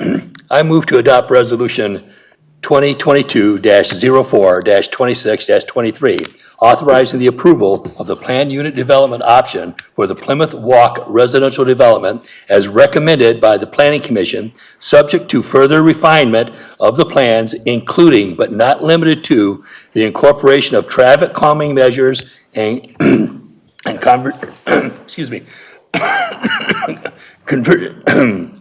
easements and other public benefits, other public benefits. So the motion's been made by Clerk Vorba. Is there a second? Second. Second by Trustee Dorchevitz. Mr. Clerk, please take the roll. Hold on, are we gonna have any Internal? discussion? Okay. Go ahead. All right. Well, I'm going to vote no on this for this reason. Number one is the through road to Hanover Trail. In 15 or 20 years, we're going to be sorry we did it. The housing is not as multi-generational as I would like, and we're using essentially the brownfield machinations to allow some excess flexibility and finances to pave the East Lawn neighborhood, and I empathize with the people that are there, but my judgment is this is not in the spirit of doing things in a way that we're going to be happy with in 20 years. Okay, anyone else? I have a few comments. So I sit on the planning commission. I'm the liaison of the planning commission, and I was one of the no votes, and I want to explain why that was. So I've spent probably more time thinking about this issue, as much time as I have anything in the past year on this board, and it's tough. But the main reason that I voted no on the planning commission was it kept coming back to the issue of the dirt roads not being paved. I've heard, and I kind of keep coming back to that issue, is what is best for that neighborhood. Because there have been, and I voted no on the planning commission because at that time there wasn't a plan to pave the dirt roads. So there was a plan to exit out to the north, but to keep the dirt roads dirt. Since that time, there's been what I think is clever and creative steps taken forward to find a source of funding for this. And so why it may be criticized as a change in plans, in reality, I think it has been a very creative process around finding the source of funding. But I keep coming back to those, my thinking keeps coming back to the dirt roads. And I've heard repeatedly from the folks that live in that neighborhood that their houses get flooded, and their backyards become ice rinks and trucks get stuck in the mud. So the number is about $35,000 per house or per property in order to pave it. And that's only going to go up over the years. And it's been very clear indicators that the folks that live in that neighborhood would never be able to get their roads paved if not for this project. So I think that there's a trade-off, and there's a trade-off between the opportunity to get the roads paved and moving forward with this project. Because I think if not for this project, these roads will never get paved. This is one opportunity, and I think it's a really good option and a good trade-off, and so I'm going to vote yes on it.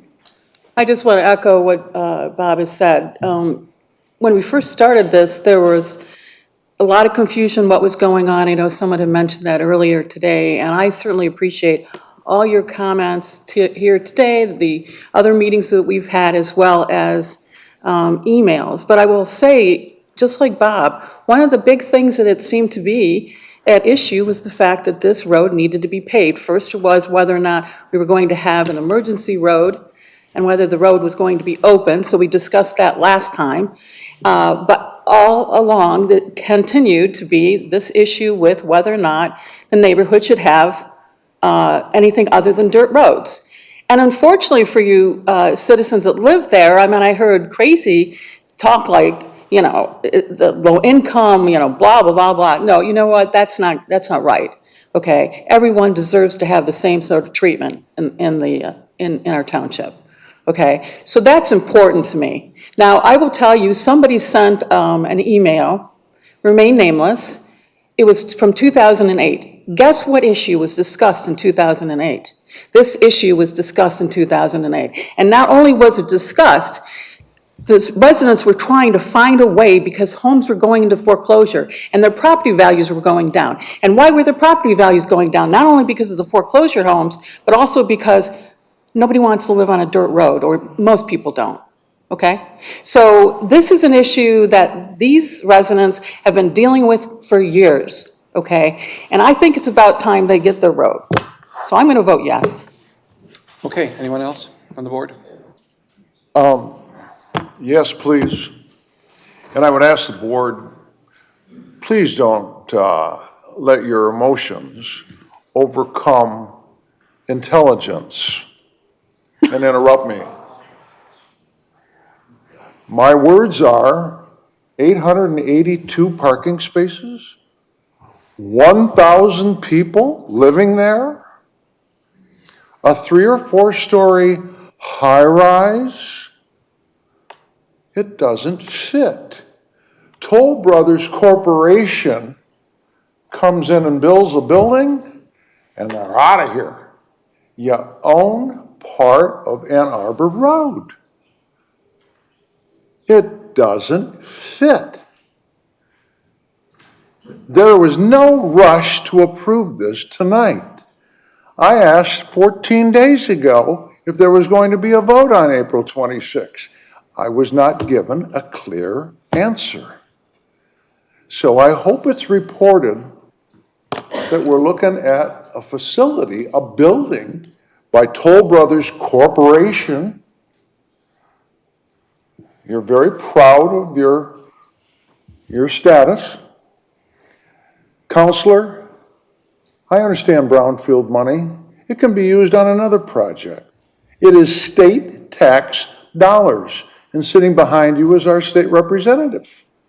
So I guess we should be looking at the $8,362,000 that you've acknowledged and $533 that might be coming back in our tax dollars for brownfield money. But it does not need to be spent on a high-rise building for 1,000 occupants. We're going to have cars. Otherwise, why would you have 882 parking spots? So I will vote no tonight at this time. Okay, Mr. Clerk, please take the roll. Supervisor Heising. Yes. Clerk Vorba, yes. Trustee Dorchevitz. Yes. Trustee Monahan. Yes. Trustee Kermy. Yeah, no. Trustee Stewart. No. Motion carries. Okay, thank you very much. All right, we're going to move on to this is the old item F1, which is now item F2. Take a short break. Would you like to take a short break? Please. All right. He's going to go on politics. Go on.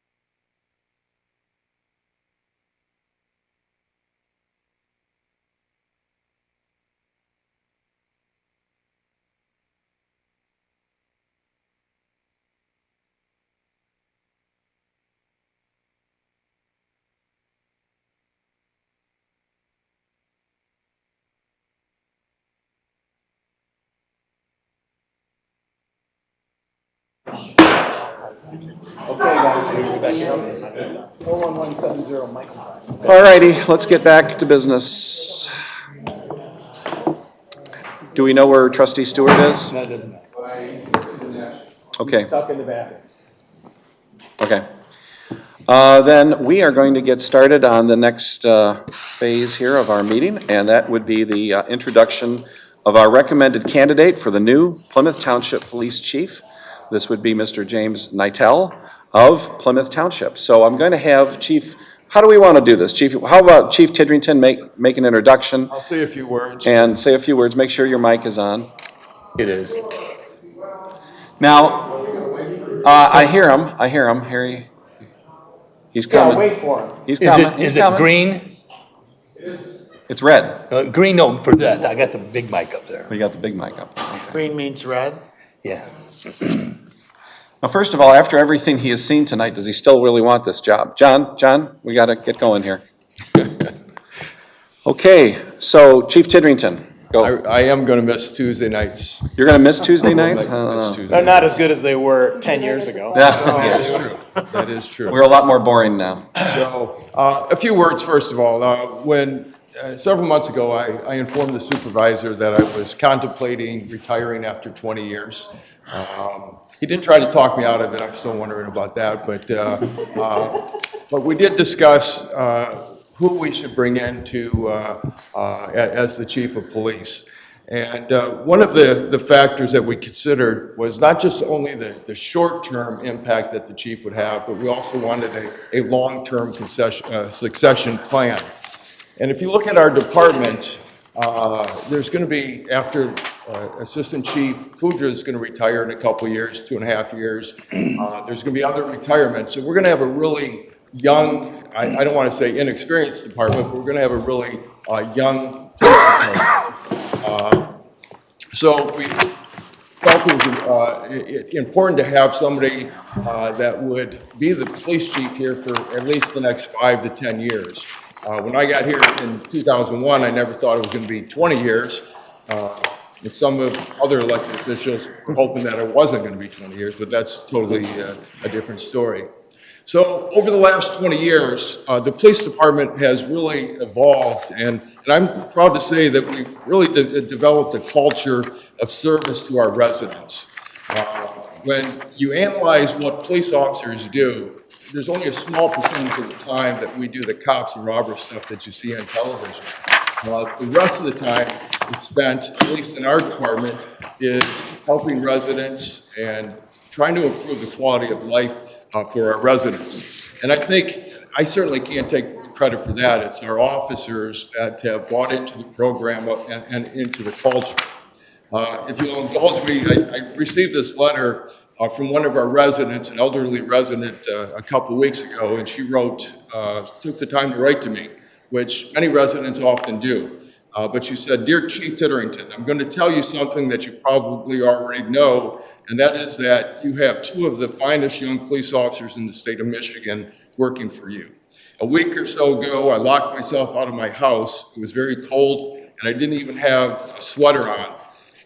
And I'm 81 years old. My neighbors were very sweet and tried to help me, but in the end, I just asked one of them to drive me to the Kroger, and I called the police. Very quickly arrived 2 of Plymouth Township's finest, and were very kind to me and drove me home and got me into my house. So that's really what we expect of our officers. The cops and robber stuff, of course, they're well-trained to handle any type of criminal activity.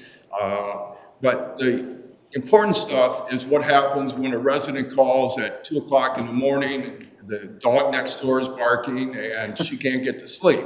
So these are the little quality of life issues that I believe is important to address, and that's the culture we have within our police department today.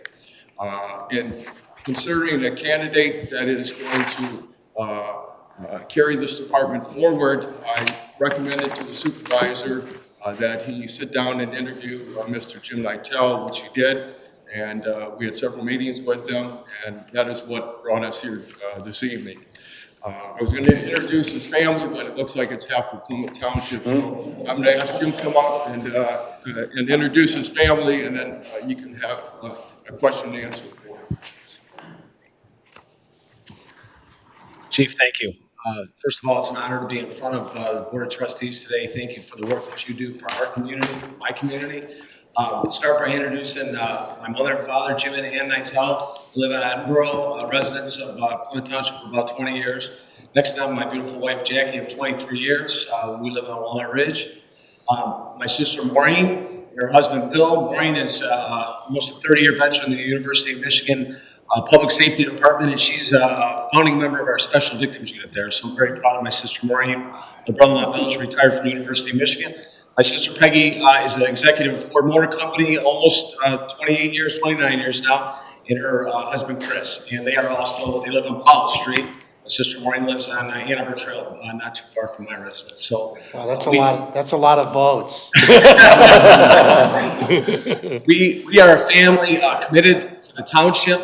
I was the first Nitel to move to Plymouth Township back in the mid-90s. My aunt was a real estate agent, and I asked her, I said, two things I was looking for when I was looking for a house. I said, what's a safe community, and I'm just going to be very frank, what's an area I can make some money in a house? And they said, Plymouth Township is a place to go. So I came to Plymouth Township, lived on Mark Trail, lived there with my sister Peggy for a number of years, loved it, met my wife Jackie, moved in, my son was born in that house. We moved over to Trailwood. My daughter Grace was born in that house on Millwood and Turtlehead. They learned how to ride their bikes there. We now live on, for the last 7 years, on Walnut Ridge. So Trustee Stewart had mentioned my resume. I'm very proud of my career in law enforcement. I know you've all had a chance to read that. I started as a police cadet at 18 years old in the city of Farmington Hills. Proudly served that community for over 30 years and held various responsibilities in different assignments. And throughout my career, I've held leadership roles in approximately 20 years of that time. With the city of Farmington Hills, I was promoted to sergeant. I also worked in the detective bureau for many years, detective sergeant, worked on the homicide unit in all those areas. I worked for Chief Bill Dwyer, Chief Chuck Nebus. During that period of time, learned a lot from both of those gentlemen. My last 10 years, I worked as a drug force for the DEA, Drug Enforcement Administration, and I was task force supervisor there. And I did that for 10 years. I had the opportunity to investigate drug trafficking organizations throughout the country, but focused on our region here in southeast Michigan. During that period of time in 2011, my group, I was honored. We had the largest heroin seizure ever in the state of Michigan, and that's our record that it still holds today. So I'm very proud of that. In 2012, I was honored to be the Police Officer of the Year in the city of Farmington Hills, which was one of the greatest honors of my career. In 2018, I retired from the Farmington Hills Police Department and took a position with the University of Michigan, Department of Public Safety and Security. And that's a position I hold today. Hired on with the department, was assigned to the Dearborn campus in charge of operations there. I was a detective sergeant when I started, promoted to captain. The last 3 years, I've held the position of deputy police chief. Throughout that service, I served on the senior leadership team as well. I'm a proud member of Our Lady of Good Counsel Church here in Plymouth Township. And back in 2014, I was very honored. Father John McCardle came to me and said, hey, I had a history in law enforcement. And he said, Jim, we want to start a first responder team at Our Lady of Good Counsel. Can you help me out? And I said, absolutely. And what we were able to do is accumulate law enforcement officers that were inside our community, and we built out a first responder team. And what we did was we met with ushers and different groups within the community, and that's similar to my philosophy in policing, is eyes and ears of the community. So what we did is we reached out to our parishioners and to our ushers, and we said, if something doesn't seem right, let us know about it. And then we worked as a liaison. We met with Chief Titterington and his staff, and we had liaisons, and it really worked out well. So, working in that capacity in the community, I love this community. This is, my wife and I joke, this is our house that we're in Walnut Ridge is where we're going to die. Hopefully not very soon. But we love being here. I was kind of, about this job. This is a dream job for me. I work for the University of Michigan. I work for, no offense to my Spartan friends, one of the greatest universities in the world, and I love my job. This job is the only job that I would even consider leaving the University of Michigan for. And this is a job to be able to protect the ones that I love, to be able to work in this community that I love is just a fantastic opportunity. So again, thank you for the opportunity to be here, and I would entertain any questions. Let me just start off. What is your philosophy on policing in a community like Plymouth Township? My philosophy on policing is people first, safety always. So it doesn't matter how big or small the problem is. When I worked for the city of Farmington Hills, when we had problems, and they were, we called frequent flyers, citizens that would kind of call consistently, right? They came to my desk. When I was in the Detective Bureau, Chuck Nevis was running, he'd say, Jim, I need you to handle this one. And I would talk to the folks, and we'd get through the problem, and we'd fix it. We would fix the problem for the citizen, because as the chief mentioned, the cops and robbers stuff, I've done that a lot. I've been very operational in my career. You read my resume. I can do those things. But I also know that communication is so important that you've got to be able to communicate. And like I mentioned earlier, eyes and ears, what is a community? Because a lot of times it's been I would get the call, people would say, oh, we didn't want to bother you. No, we want to be bothered. Tell us what's going on in the community. I'm very passionate about that.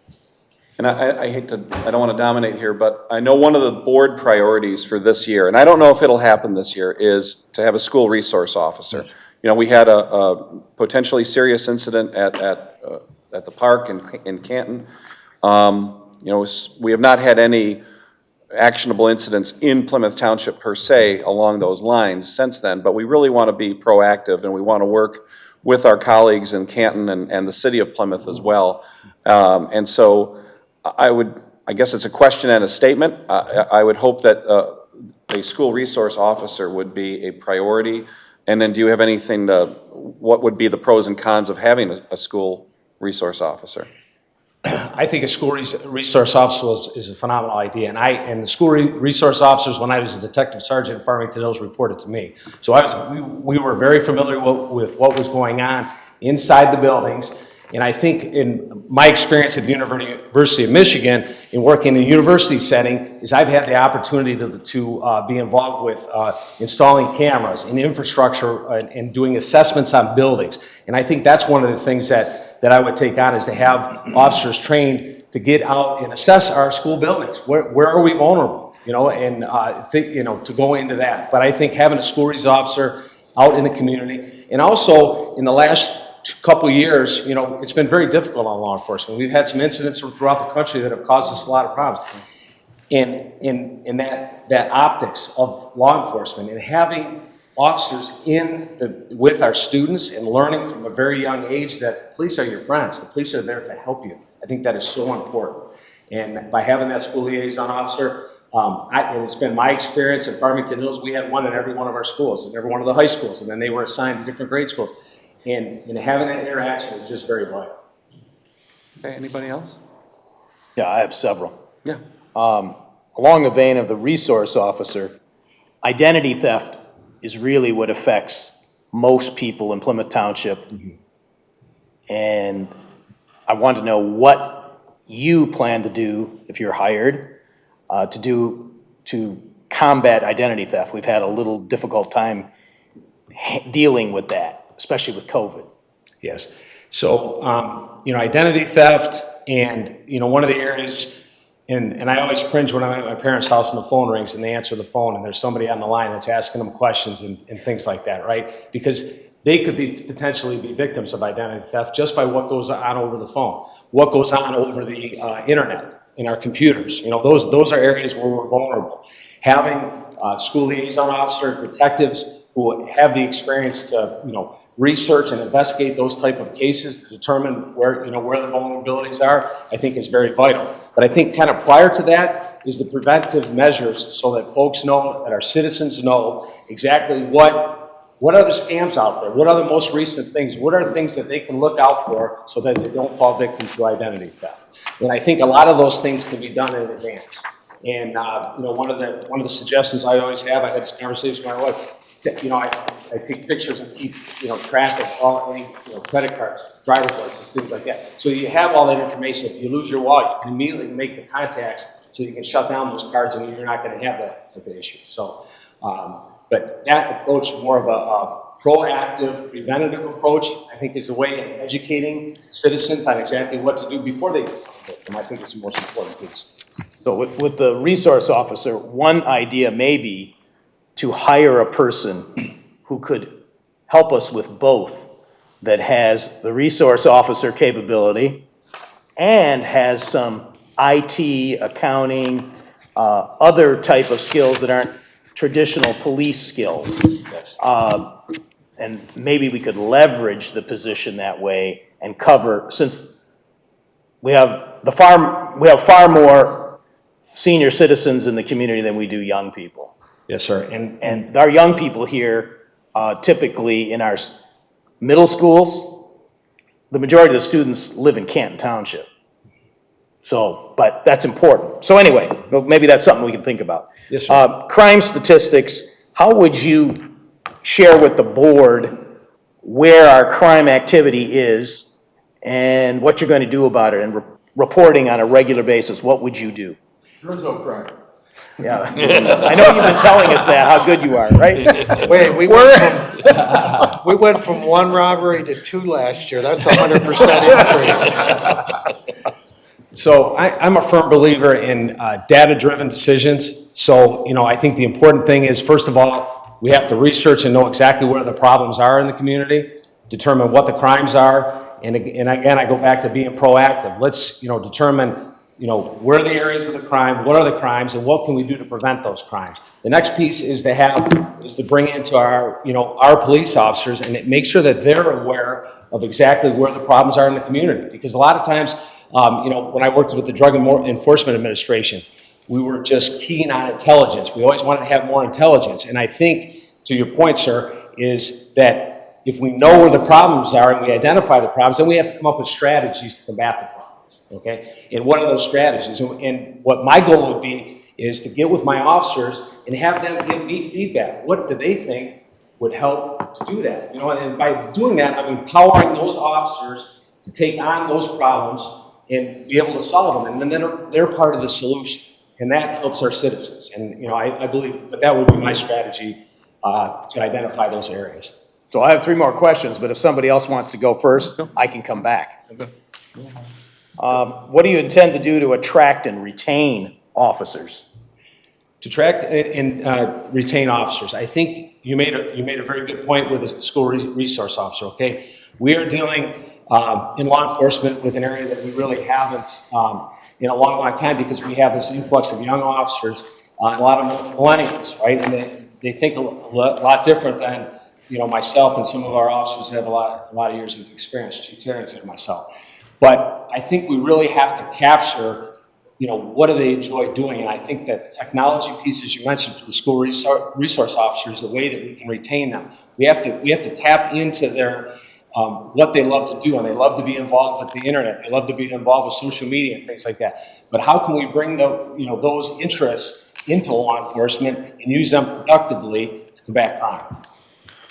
I have a question. How do you deal with members of the public that are inherently hostile towards law enforcement? That's a great question. We in law enforcement in the last 2 years have had more officers get ambushed, more officers get hurt and injured than we have in years and years and years. You're talking about on a national basis, not local. National basis. Sorry, sir. Yes. Nationally, the numbers are very high for us. So, how do we combat that? And I think it's through communication. I think it's through de-escalation training. At the University of Michigan, there's a system by the Police Executive Research Forum. It's called ICAP, and it's training on de-escalation. And it's a series of training. There's 4 modules. At the University of Michigan, we're on the 2nd module. We'll be training just next week. And those modules teach and instruct the officers on how to deal with combative folks that are having a hard time with communication. So, that would be the way that I would do it, through training our officers to deal with those de-escalation situations. Question for you. Have you been involved directly in labor negotiations, either on management or labor side? Yes, I have. At the City of Farmington Hills, I was a member of the Command Officers Association. I negotiated contracts for the command officers. On that side of the table, at the University of Michigan within the last year, I've negotiated contracts on the other side of the table. And those contracts were POAM contracts at the University of Michigan as well as the COAM contracts. And within the last 8 months, we've negotiated both those contracts, and they were signed. Okay. I just have one question. You know, sometimes people get what they call gaslighted. And, you know, I had a case where we went to the Michigan State Police to try to find out who was doing this, and they couldn't help us. Is that something that your department might be able to handle? Not necessarily this particular case, but, you know, the issues that come up with that, because it was very scary for this person. She'd come back into her business in Plymouth, and, you know, things would be touched and open and on. And You mean it was cyber? yeah, it was cyber. Was it some sort of harassment or? Yeah, it was harassment through the computer. And they called it gaslighting. I never knew what that was until. It's a new word. Yeah, and it's and I can tell you that that's one of the important things I believe for a police chief is to have those contacts with our partners at the Federal Bureau of Investigation. On my resume, you'll see that I'm a member of the Joint Terrorism Task Force, so I have contacts and I received information, classified information that comes to me. But those resources, Department of Homeland Security, there are units outside that we can reach out to and you know, tap into those. Jim Smiley, who's a commander, who's in charge of investigations in Southeast Michigan. I know Jim really well, and I had a case that, you know, very similar, but, you know, reaching out to the state police. But I think a lot of times it's being able to have those relationships, Jim to Jim or Bob to Jim, you know, those types of things that really can make it happen. But yeah, when we have the resources in the building, you know, today, I'm not sure that we would, but we would know who to contact to be able to look into that and, you know, determine what exactly can we do for our citizens. Schoolcraft College also has an outstanding service that I know we can tap into, where they frankly monitor social media from a command post on campus to look for key words that may lead to a bad actor situation. Yeah, well, a couple of things. My son's a student at Schoolcraft College, so I'm familiar with it, and Chief Engstrom, who's the police chief there, is a friend of mine. He's retired from the Westland Police Department. Yeah. I've been out to see their system. It's phenomenal. It is. It picks up, it's a system we looked at when I was at the city of Farmington Hills. They didn't, because of cost, they didn't go to it. It's a little costlier, but that system is a very good system. They have a command center set up for that, and having a son at that school right now, I mean, it's a fantastic system, and I've had conversations with Chief Engstrom on that. So what is it, purchase software? Yeah, it pushes it out, and then it picks up through social media and certain term words, and then it'll pull that off and look at it. Yeah. But it's staffed continuously. There are people at monitors, and they're monitoring different screens, different types of social media. So yes. That's very interesting. Now, what do you do with the information and walk the line of First Amendment rights? Do you go approach the person that you said? Well, I will also say at the University of Michigan, we have. Yeah, you guys. Yeah, we have a system at the University of Michigan that monitors all three of our campuses, Flint, Dearborn, and Ann Arbor, and it's the same type of thing. But to your point, yeah, there is, but when it comes to safety, if there's a threat, then the police, we're going to act on that and do whatever we can to research and determine what the threat is and how can we, determine where it's coming from and how can we stop it. Okay, I have two more questions when you're ready. Yeah, go. Marijuana growing in residential neighborhoods. It's been a problem. We've had it occasionally here. There isn't a lot of legal means, I don't think, to block it because the odor is what typically bothers the neighborhood. What are your thoughts on this? It's a thorny problem. It's a thorny problem. I can tell you without naming names that I had a family member who had an issue similar to that, and it's tough for the local police departments because there's certain laws that obviously we have to abide by, but then you have the odor issue, which really can contaminate. I mean, not only the next door neighbors, but neighbors 2 and 3 down. So it's a matter of determining in particular circumstances, is there trafficking going on from the house? Is it just use? What are the levels? All of those things, and walking that line of is it legal, not legal, and that type of thing. So I think everybody is allowed a certain number of plants that they can grow, but what we've had in addition to and Chuck's right, in addition to the odor issues, it's also the traffic, the fact that there are sales happening out of that home, that you have people coming and going at night, where you have cars in the street where they're knocking on the door. I have this, Jerry knows who this person is, and they live right in a beautiful neighborhood, but everybody knows at the end of the street is the drug house, the marijuana house. And allegedly they're doing it legally, but the problem is at 3 o'clock in the morning, you've got some, person, knocking on your door saying, hey man, is, I mean, they have the wrong house? Where's my stuff? Yeah, wrong house. Oh, yeah. Because they're at the wrong house. Dave? I Dave's mean, not here, man. and The guy just looked like Dave me, I isn't swear. It doesn't, it's not you, but it's, and yeah, I mean, sometimes you just gotta laugh for lack of crying, but it's, we're trying to comply with the law. I disagree with the law. I was in the legislature, I disagreed with the law. I voted against it, and what the ballot initiative was a joke, and we had to basically rewrite it. So we're trying to comply with the law, but as with anything, we have a lot of bad actors. And so you have bad actors who are growing way more than they need for themselves. They're selling it, and it stinks up the neighborhood, and it reduces quality of life for everybody else. And so again, I don't know if it's a statement or a question, but it's something that that all communities in Michigan are dealing with. And I think the problem too is the residual problems with that too, right? There's other things that happen outside of what's going on there. Yeah. The different, elements that come into the community and things like that you have to address. Yeah, then there becomes crimes of opportunity, your car is unlocked in the driveway and. Yep, when you park and you're walking up, exactly. Yes, sir. Oh, our attorney has a question. It's funny, because yesterday I was researching this issue. Is your mic on? Is the red light on your mic? Yeah, the red light is on. Okay. Talk louder. DeRuyter versus Township of Byron. Okay. Michigan Supreme Court last year said that municipalities, I'll get you the decision if you want, can make reasonable restrictions on things like odor, maybe a filtration system, things like that. And I know Sterling Heights is filing public nuisance actions right now on odor. But this DeRuyter versus Byron decision, I'll share it with you. Okay. There was one in Canton recently that was in the Observer. Yeah. And it seemed like it was intractable, not solvable. Well, they really were not actively combating it in any way, it seemed, according to the story. Anybody else?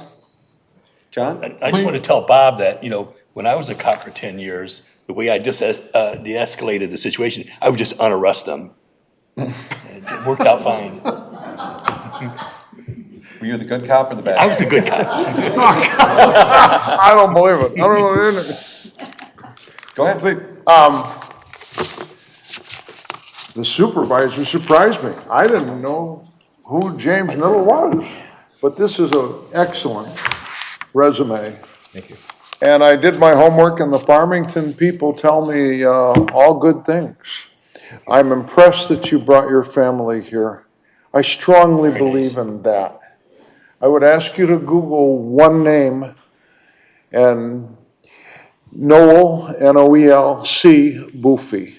Just Google it and see what you get. You get a guy who was Noel, N-O-E-L, Boofy, B-U-F-E. You'll get a guy who was born and raised in Wyandotte, secretary of the MLEOTC, head of the state police, deputy director of transportation, and directly reported to Presidents Ford, Carter, and Reagan. Then went to the Northwestern Traffic Institute academically. Now, Bob Dorashevitz and I are disheartened because we're Spartans. And my cousin, is Noel C. Boofy, who was on the 54 and 56 Rose Bowl team, retired now at 89 and and living in Harbor Springs. And that's the kind of guy I was raised with. Now, my point is this. Politically, he is so far to the right, he makes everyone on this board look like a liberal. Even me? Yes. Huh? You're a rhino, That's the you're way a I rhino. felt it. A rhino. But here's the problem. I think the more partisan political you get into, the less professional you are. You can talk to the chief about the history of Plymouth Township chiefs being heavily involved in partisan politics. Tom Titterington knows my brother-in-law, who he socialized with in Florida, and he knows my family background. And I hope you will just be true to your badge. Yes, sir. And I hope when the good Lord calls you home, that your badge is right there. That's gonna be an issue. And that if you live with honor, you will live forever. Thank you, sir. And if I could just comment on that, integrity is number one for me. And when I make decisions, I always I think of my father on one shoulder and my son and daughter on the other. And would they be proud of me or would they not be proud of me? And when I make decisions, that's how I make decisions. So how long have you been married? going on 24 years. Yes. Thank you. Welcome. Thank you. Okay. And I do need to point out, Yeah. Jim's father is a retired Detroit police officer, as his uncle was as well. So. Sounds like your family, Tom. Thank you. Okay, Our other grandson goes to Michigan State. You knew it. Oh, well. Can't win them all. Okay, so any other Thank questions? you for this. You're welcome. We didn't know a name for the successor to Chief Titterington, and so. That's why we're here. A quality guy. Good. And let me say that it's a true testament to your character to have your family here. I mean, we're a big Polish family ourselves, okay? We have big Easter, whatever, and if you didn't come, well, you know what goes on. Sisters are on the phone, all right. So to see you all here, thank you, to support your brother, son, brother-in-law. Thank you. Husband. My mother's a proud Kolesensky, so she's 100% Polish. So. All right. Yeah, you're covered. Yes. Yeah. You're with the modern millennial times. You bring your mother to the interview. I figured the questions might not be as hard that way. That's funny. That's good. Yeah, it's pretty good. That's good. That's good, Chuck. Okay, so here's the game plan. Assuming there's no more questions tonight or comments, what we'll do is we're going to have a contract with you on May 10th. It would be May 10th. Okay. The contract, because I know that Trustee Kermy had this question, is very similar to the one that we have with Chief Titterington. Yes, sir. I know Chuck's raised the issue about at-will status, and you're at-will with an asterisk there, because there will be some appeal rights that you would have under that agreement. Sure. And I believe, as a labor attorney myself for 30 years, that it's essential for us to be able to have some kind of check and balance in an agreement like that. Otherwise, I think in a modern day, it would be very difficult for us to have a police chief, that would be completely at will. Similarly, our fire chief is governed by the contract and also by the Civil Service Commission in Plymouth Township, which only applies to the fire department. Right. So he's got he's got a cookbook. Quirky. Yeah. This is one that Yep. we get to write, and Yeah. Several pages. you need to ensure that it has retains our management rights. Yes, sir. Absolutely. So That has been our tradition here, and Is it it's worked well. annual with auto renewals, or what's the term? no, it would be, I believe, a 5-year renewable contract, which is comparable to what we have with Chief Titterington.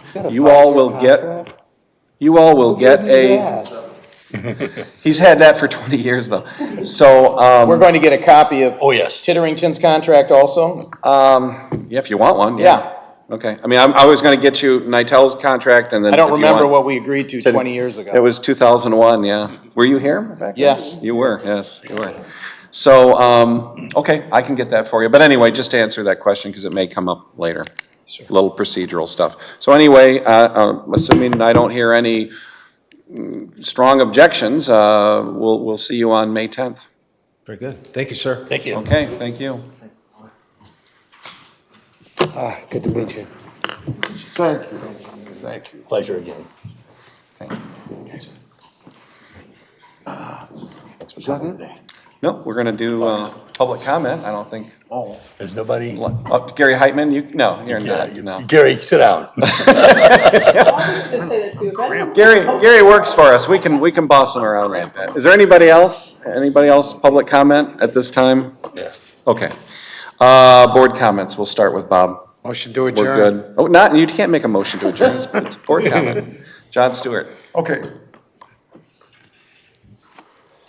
Chief to be, there was a statewide convention in person in Lansing this morning, the Michigan Townships Association.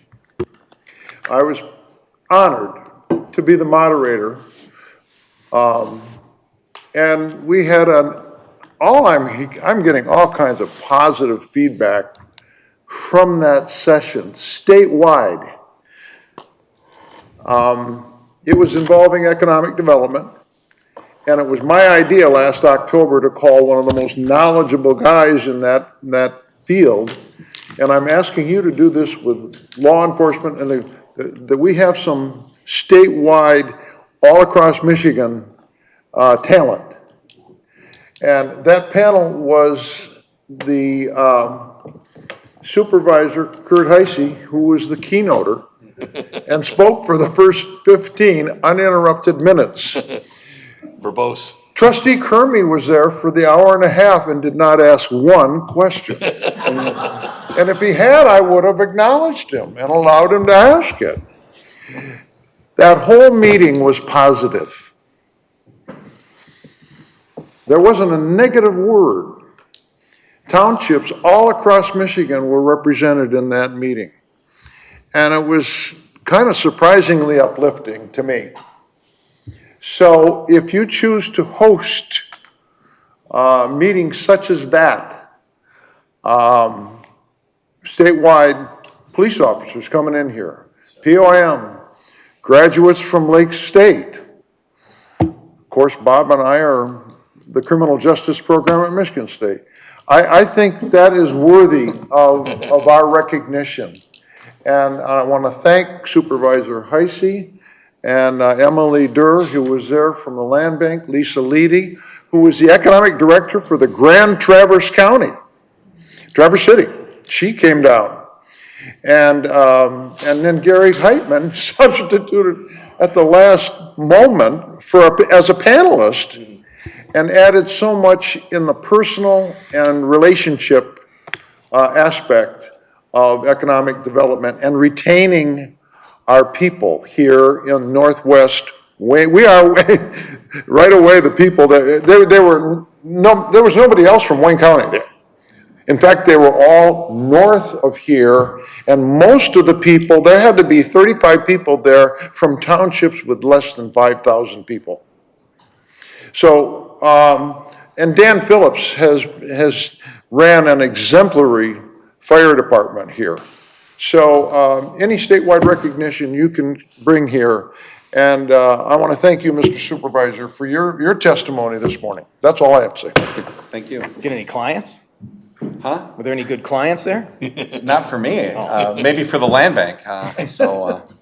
Anyway, we ended up talking a lot about brownfields too, which I don't want to go into. Jerry Vorba. I'm good. All right. Audrey Monahan.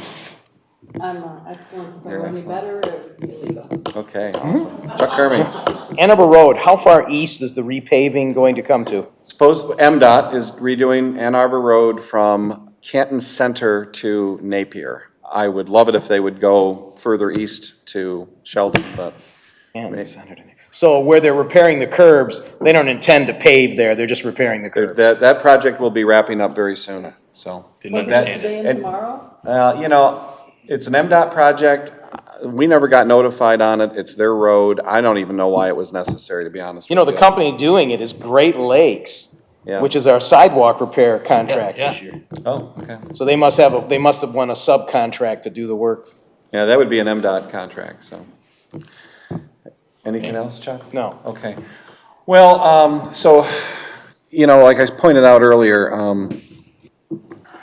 it is with a lot of sadness that we accepted, or we acknowledged Mark Clinton's resignation tonight. So, he still has some health challenges that he has to work through, and it's a tough call, and it's not like he hasn't tried.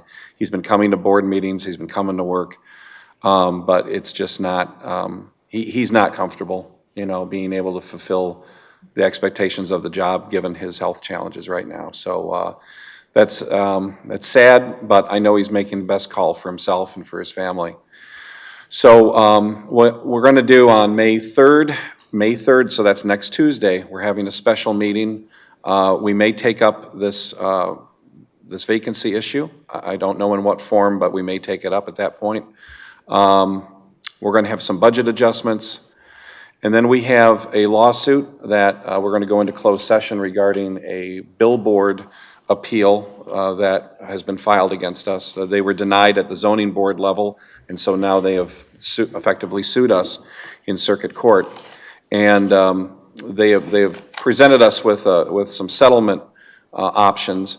So what I'm going to do is have the developer, the billboard company, actually come in and make a presentation, because I don't know all the facts of this case yet. I mean, this happened at the zoning board level. I've made a lot of requests of Laura. I know Chuck has made some requests as well. So I want to get a better picture, literally, of what we're looking at here. Does Laura have a document to give us? She will. Our Yeah. document? It'll be not the lawyer's document. Well, it'll be her document, but I'm not. Not the plaintiff's document. No. Okay. It'll be her document. So we're going to hear from the billboard company, and then we're going to go into closed session with Kevin Bennett, and then we will, or are you going to do it? I don't think Kevin will physically be there. No, he will not. But I mean, I think he can be by phone. By phone, yeah. And then would you be there as well? Whatever you want. Okay, well, we'll talk about that. Okay. And so we'll go into closed session to discuss possible settlement options with our attorney on the billboard case. Then on May 10th, we have the Arbor Day proclamation and the acknowledgement of our Tree City status. We'll have Boy Scouts there from the Plymouth area, and the new police chief contract, it looks like, and then we'll have a couple other items as well, and that'll be it. We did receive bids for the trash hauling contracts. I gave you the information on that. It is, I realize the information is choppy, but that's the way that we traditionally have done the bids, a dollar amount based on tonnage, et cetera, over a period of time. So we received 3 bids. It was GFL, it was Priority Waste, which is a relatively new company in this area, and But not a new family. but not a new family. It's an old company. It's the old Painter and Ruthenberg, if you remember. What was the name? Painter and Ruthenberg. And in fact, Ruthenberg is still one of the principals of the firm. So it was GFL, Priority Waste, and Waste Management. We're gonna try, Jerry, to get you all copies of this. I don't know if we can do it electronically or hard copy.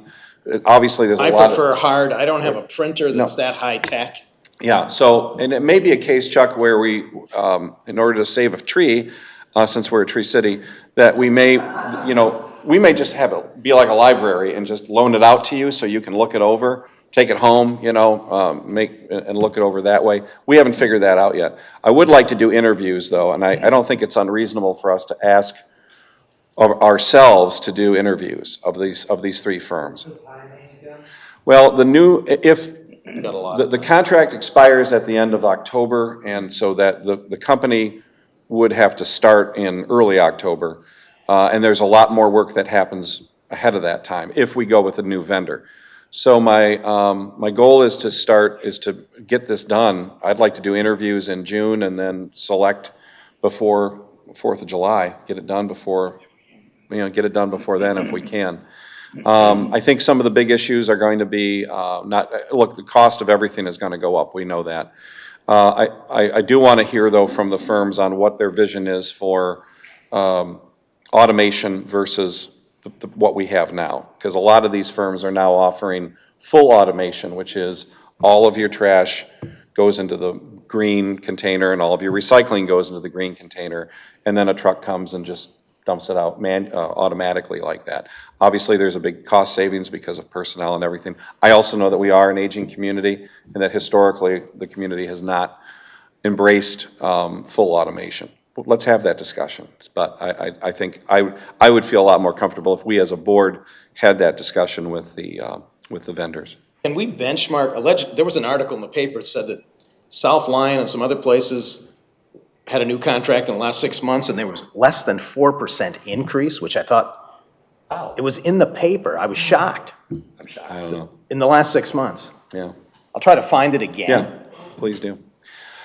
Otherwise, that's all I have for now. Motion to adjourn. Motion by trustee Stewart. Is there a second? Second. Second by clerk Vorba. All those in favor of adjournment signify by saying aye. Aye. We are adjourned.